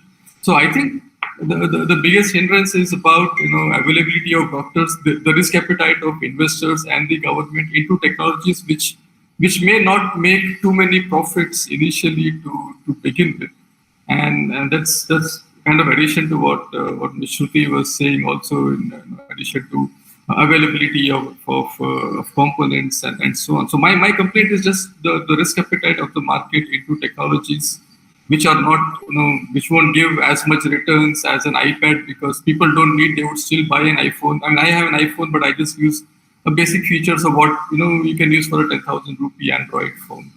So if the panel can say something on this, I would be really delighted to take some inputs. So Dr. Chalaguri, would you like to say something on this? Yeah, so I agree with most of the discussion, most of the panel here. The point is, again, technology is developed without keeping the end user in mind. The end user, once he gets the technology there, again, he cannot make full use of it because his expectations right from the beginning be something completely different. So most of the patients would still want it cure rather than surrogate satisfactory thing which would help him to perform an activity and all. So that search for ever search for a proper cure and proper functioning, all those things would always be. And the point that Shruti put in that most of the things, including the sensors, the chips, everything is not made in India. It's all imported. So the components which are made even by people here, even it could be a powered wheelchair which patients use. If it breaks down, there's no way they can get it repaired immediately. That's when the patient needs it. And so a person who's disabled, who's using that wheelchair, suddenly should have an option B also, or probably if the company can step up and say, okay, you use this machine for the time being while we repair this for you. That would go a long way in building up a customer base. So most of our patients, the complaint that they have is that they're happy with the device, this is good, but once it's not working, I don't have any place to go, and then that's the time when they need some assistance. That is not there. So the startups, they started well, but once the customer is there, once you have your clients, you need to build on the customer service also. And I think the difficult part is probably the parts get obsolete. Most of the components are imported, and those components might not be available at that time, and they don't have a second option. And as Paul said, suddenly, and if it's a doctor who prescribed certain assistive device to the patient, it suddenly becomes a doctor's fault also. The question would come to us, what should we do when this machine is not working? I think the other area that you sort of raised earlier was this whole issue of standards. So how do we go about getting that done in the country? And the other point that has been raised by some members of the audience is the whole area of skilling. So maybe skilling and standards is something that we could now pick up. So if anybody would like to, one of the panelists would like to lead the effort in this direction. I would just set the ball rolling by saying, first of all, we need a system where medical and the differentiation of the whole of the curriculum and education system of medical education, way an engineer learns, it's all completely isolated, and there's no one course which integrates most of the things. Basics of electronics or basics of some engineering concepts, if it's given to the doctors, and if an MBBS course has some significant chapters on the assistive technologies for a particular disease, along with, so we learn about the medicines, how to treat a person, what surgeries to perform, but how does an equipment work, what are the basics. If such concepts are also introduced in our curriculum, it would go a long way. Biomedical engineering is a branch, but again, hardly get to see any patient. They wouldn't have any idea of what is the real situation and all.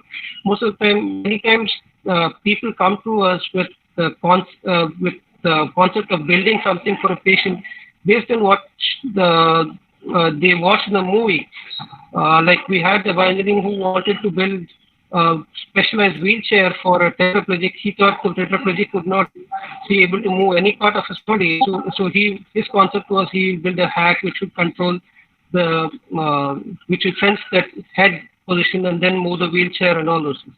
So rather, actually, he had done a lot of work, and but the whole point is, like, if they actually see a patient and the end user, and then they start designing, it will be better. So and both the ends we need to look at. I think somebody from the sorry. Yes, sir. Sorry to interrupt. Just giving a heads up for the timing. So we have another 5 minutes to wrap up the session. Just giving a heads up. Fine. Thank So you. I think one point that has come through quite clearly is this whole issue of development of products should not be done in isolation. It should be done very deeply with looking at needs and also very deep consulting between the hospital, the academia, and the startups. I think one area which somebody's been desperately wanting to discuss is skilling. Maybe he can step up and talk about skilling from the audience.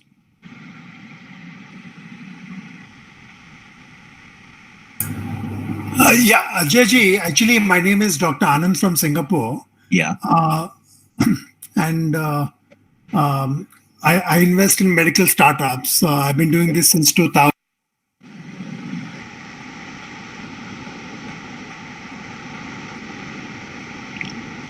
Hello, can't hear you.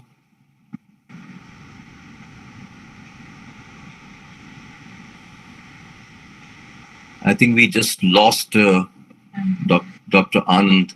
So maybe the point that has been discussed quite a lot is this whole issue of availability of components, availability of skills, and availability of standards. So I think if anybody would like to, yeah, Dr. Anand, are you back? He's still on mute. Dr. Anand, can you talk? You were talking, we lost you for a minute. I think he can't hear properly. So I think I'll just take this forward into the area of, lastly, I wanted to fundamentally talk a little about the whole area of geriatrics. So maybe somebody could close up on points on geriatrics so that we could understand a little more. So you want to talk about what kind of devices are being developed? Yeah. I'll share what experiences as a company we have had in past few months. So we have received, development of pill reminding devices, okay, which is a great rage in geriatrics, especially chronic disorders. So there have been startups who have been making IoT-based pill reminding devices. And the other thing which we received in the last few months was, of course, a wearable ring. So there are a lot of geriatric patients who stay away from their kids, and the kids need the entire reporting day to day or maybe an hourly, depending on what the patient's situation is. So I think we have seen those, and they have really good, promising future coming in the coming days. So that's all. That's all from my side. But yes, for any sort of developments, please come to us. Okay, great. So that's very interesting. So I think since the time is very, very short, so I'd like to sort of conclude this by saying that I think there is a great opportunity for startups to work on this area. And I think people like Shruti can be great guides for people. And a lot of the people like Paul can definitely advise them on how to bring the two things together, engineering and medicine. So I think that, to my mind, is a very important area. And the good thing is that I am noticing that a lot of IITs are now starting their own medical schools. So if that happens more and more, I think it will be better, because this multi area is very important, because you can't just learn everything from the biomedical engineering area. So I think the mix of technical people, engineering people with medicine is an essential part of for us to develop. So I think that's probably where IIT Madras could look at, bringing both these things together if they don't have it as yet. I don't know whether a medical school exists today in IIT Madras, but I do know one exists in Kharagpur and a couple of other places. IIT Kanpur is also planning to start one. So I think I'd like to close here by saying, yes, one is creating products while looking at problems.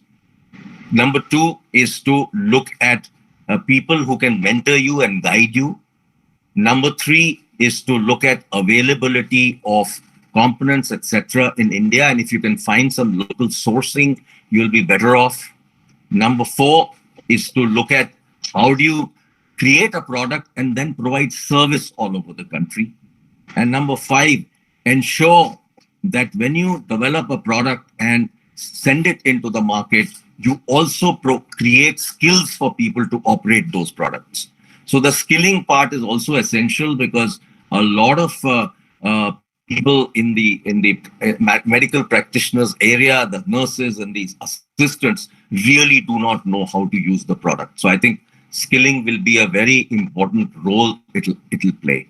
So with that, I'd like to conclude the meeting. I'm sorry, Anand, you missed out because we could not connect to you, but maybe you might want to send us a message. Thank you. Thank you so much, everyone. Thanks everyone. Thank you, everybody. I'd like to thank all the panelists. Thank you, sir. Thank you so much. It was really a delight to have such a good a panel discussion on life-changing assistive technologies in healthcare. It was a great session. Thank you so much for joining us today, and thank you for your time, sir. So we've reached the end of the session. Before winding up the session, I just have a couple of information for the participants. So we are conducting the AMA next week. So I will be posting the link in the chat box, requesting the participants to register and join in for the session. Also, we have created a feedback form for the session, requesting all the participants to fill in your feedback, which will help us to improve in the upcoming sessions. Thank you all. Over to my colleague Sumitra to give a vote of thanks. Thank you, Harshini. So now I would like to express our heartfelt thanks to Dr. Manish, who has spent his time in this morning and being part of today's program. And I would like to thank our faculty in charge, Dr. Mohan Shankar Sivaprakash, for taking his time this morning and always being there for the team. And thank you, sir. And I thank our CEO, Ms. Muthu Singaram, for the overall leadership and guidance for making this conclave as a successful one. I would also thank Dr. Suresh, Executive Director at PST STEP, for sharing the Tamil Nadu BioCluster update. So I especially extend our sincere thanks to all the panelists and speakers for accepting our invitation on a short notice and made this conclave as a prosperous event. I also thank all my colleagues Ashwini and Gayatri for coordinating and supporting throughout this program. And I also thank all the participants for joining today's session. So over to Ashwini. Thank you, Sumitra. Thank you so much. Thank you, participants, panel members, and also all the chat people and the expert talk sessions and the startups who have joined us today. Thank you all. Have a good afternoon.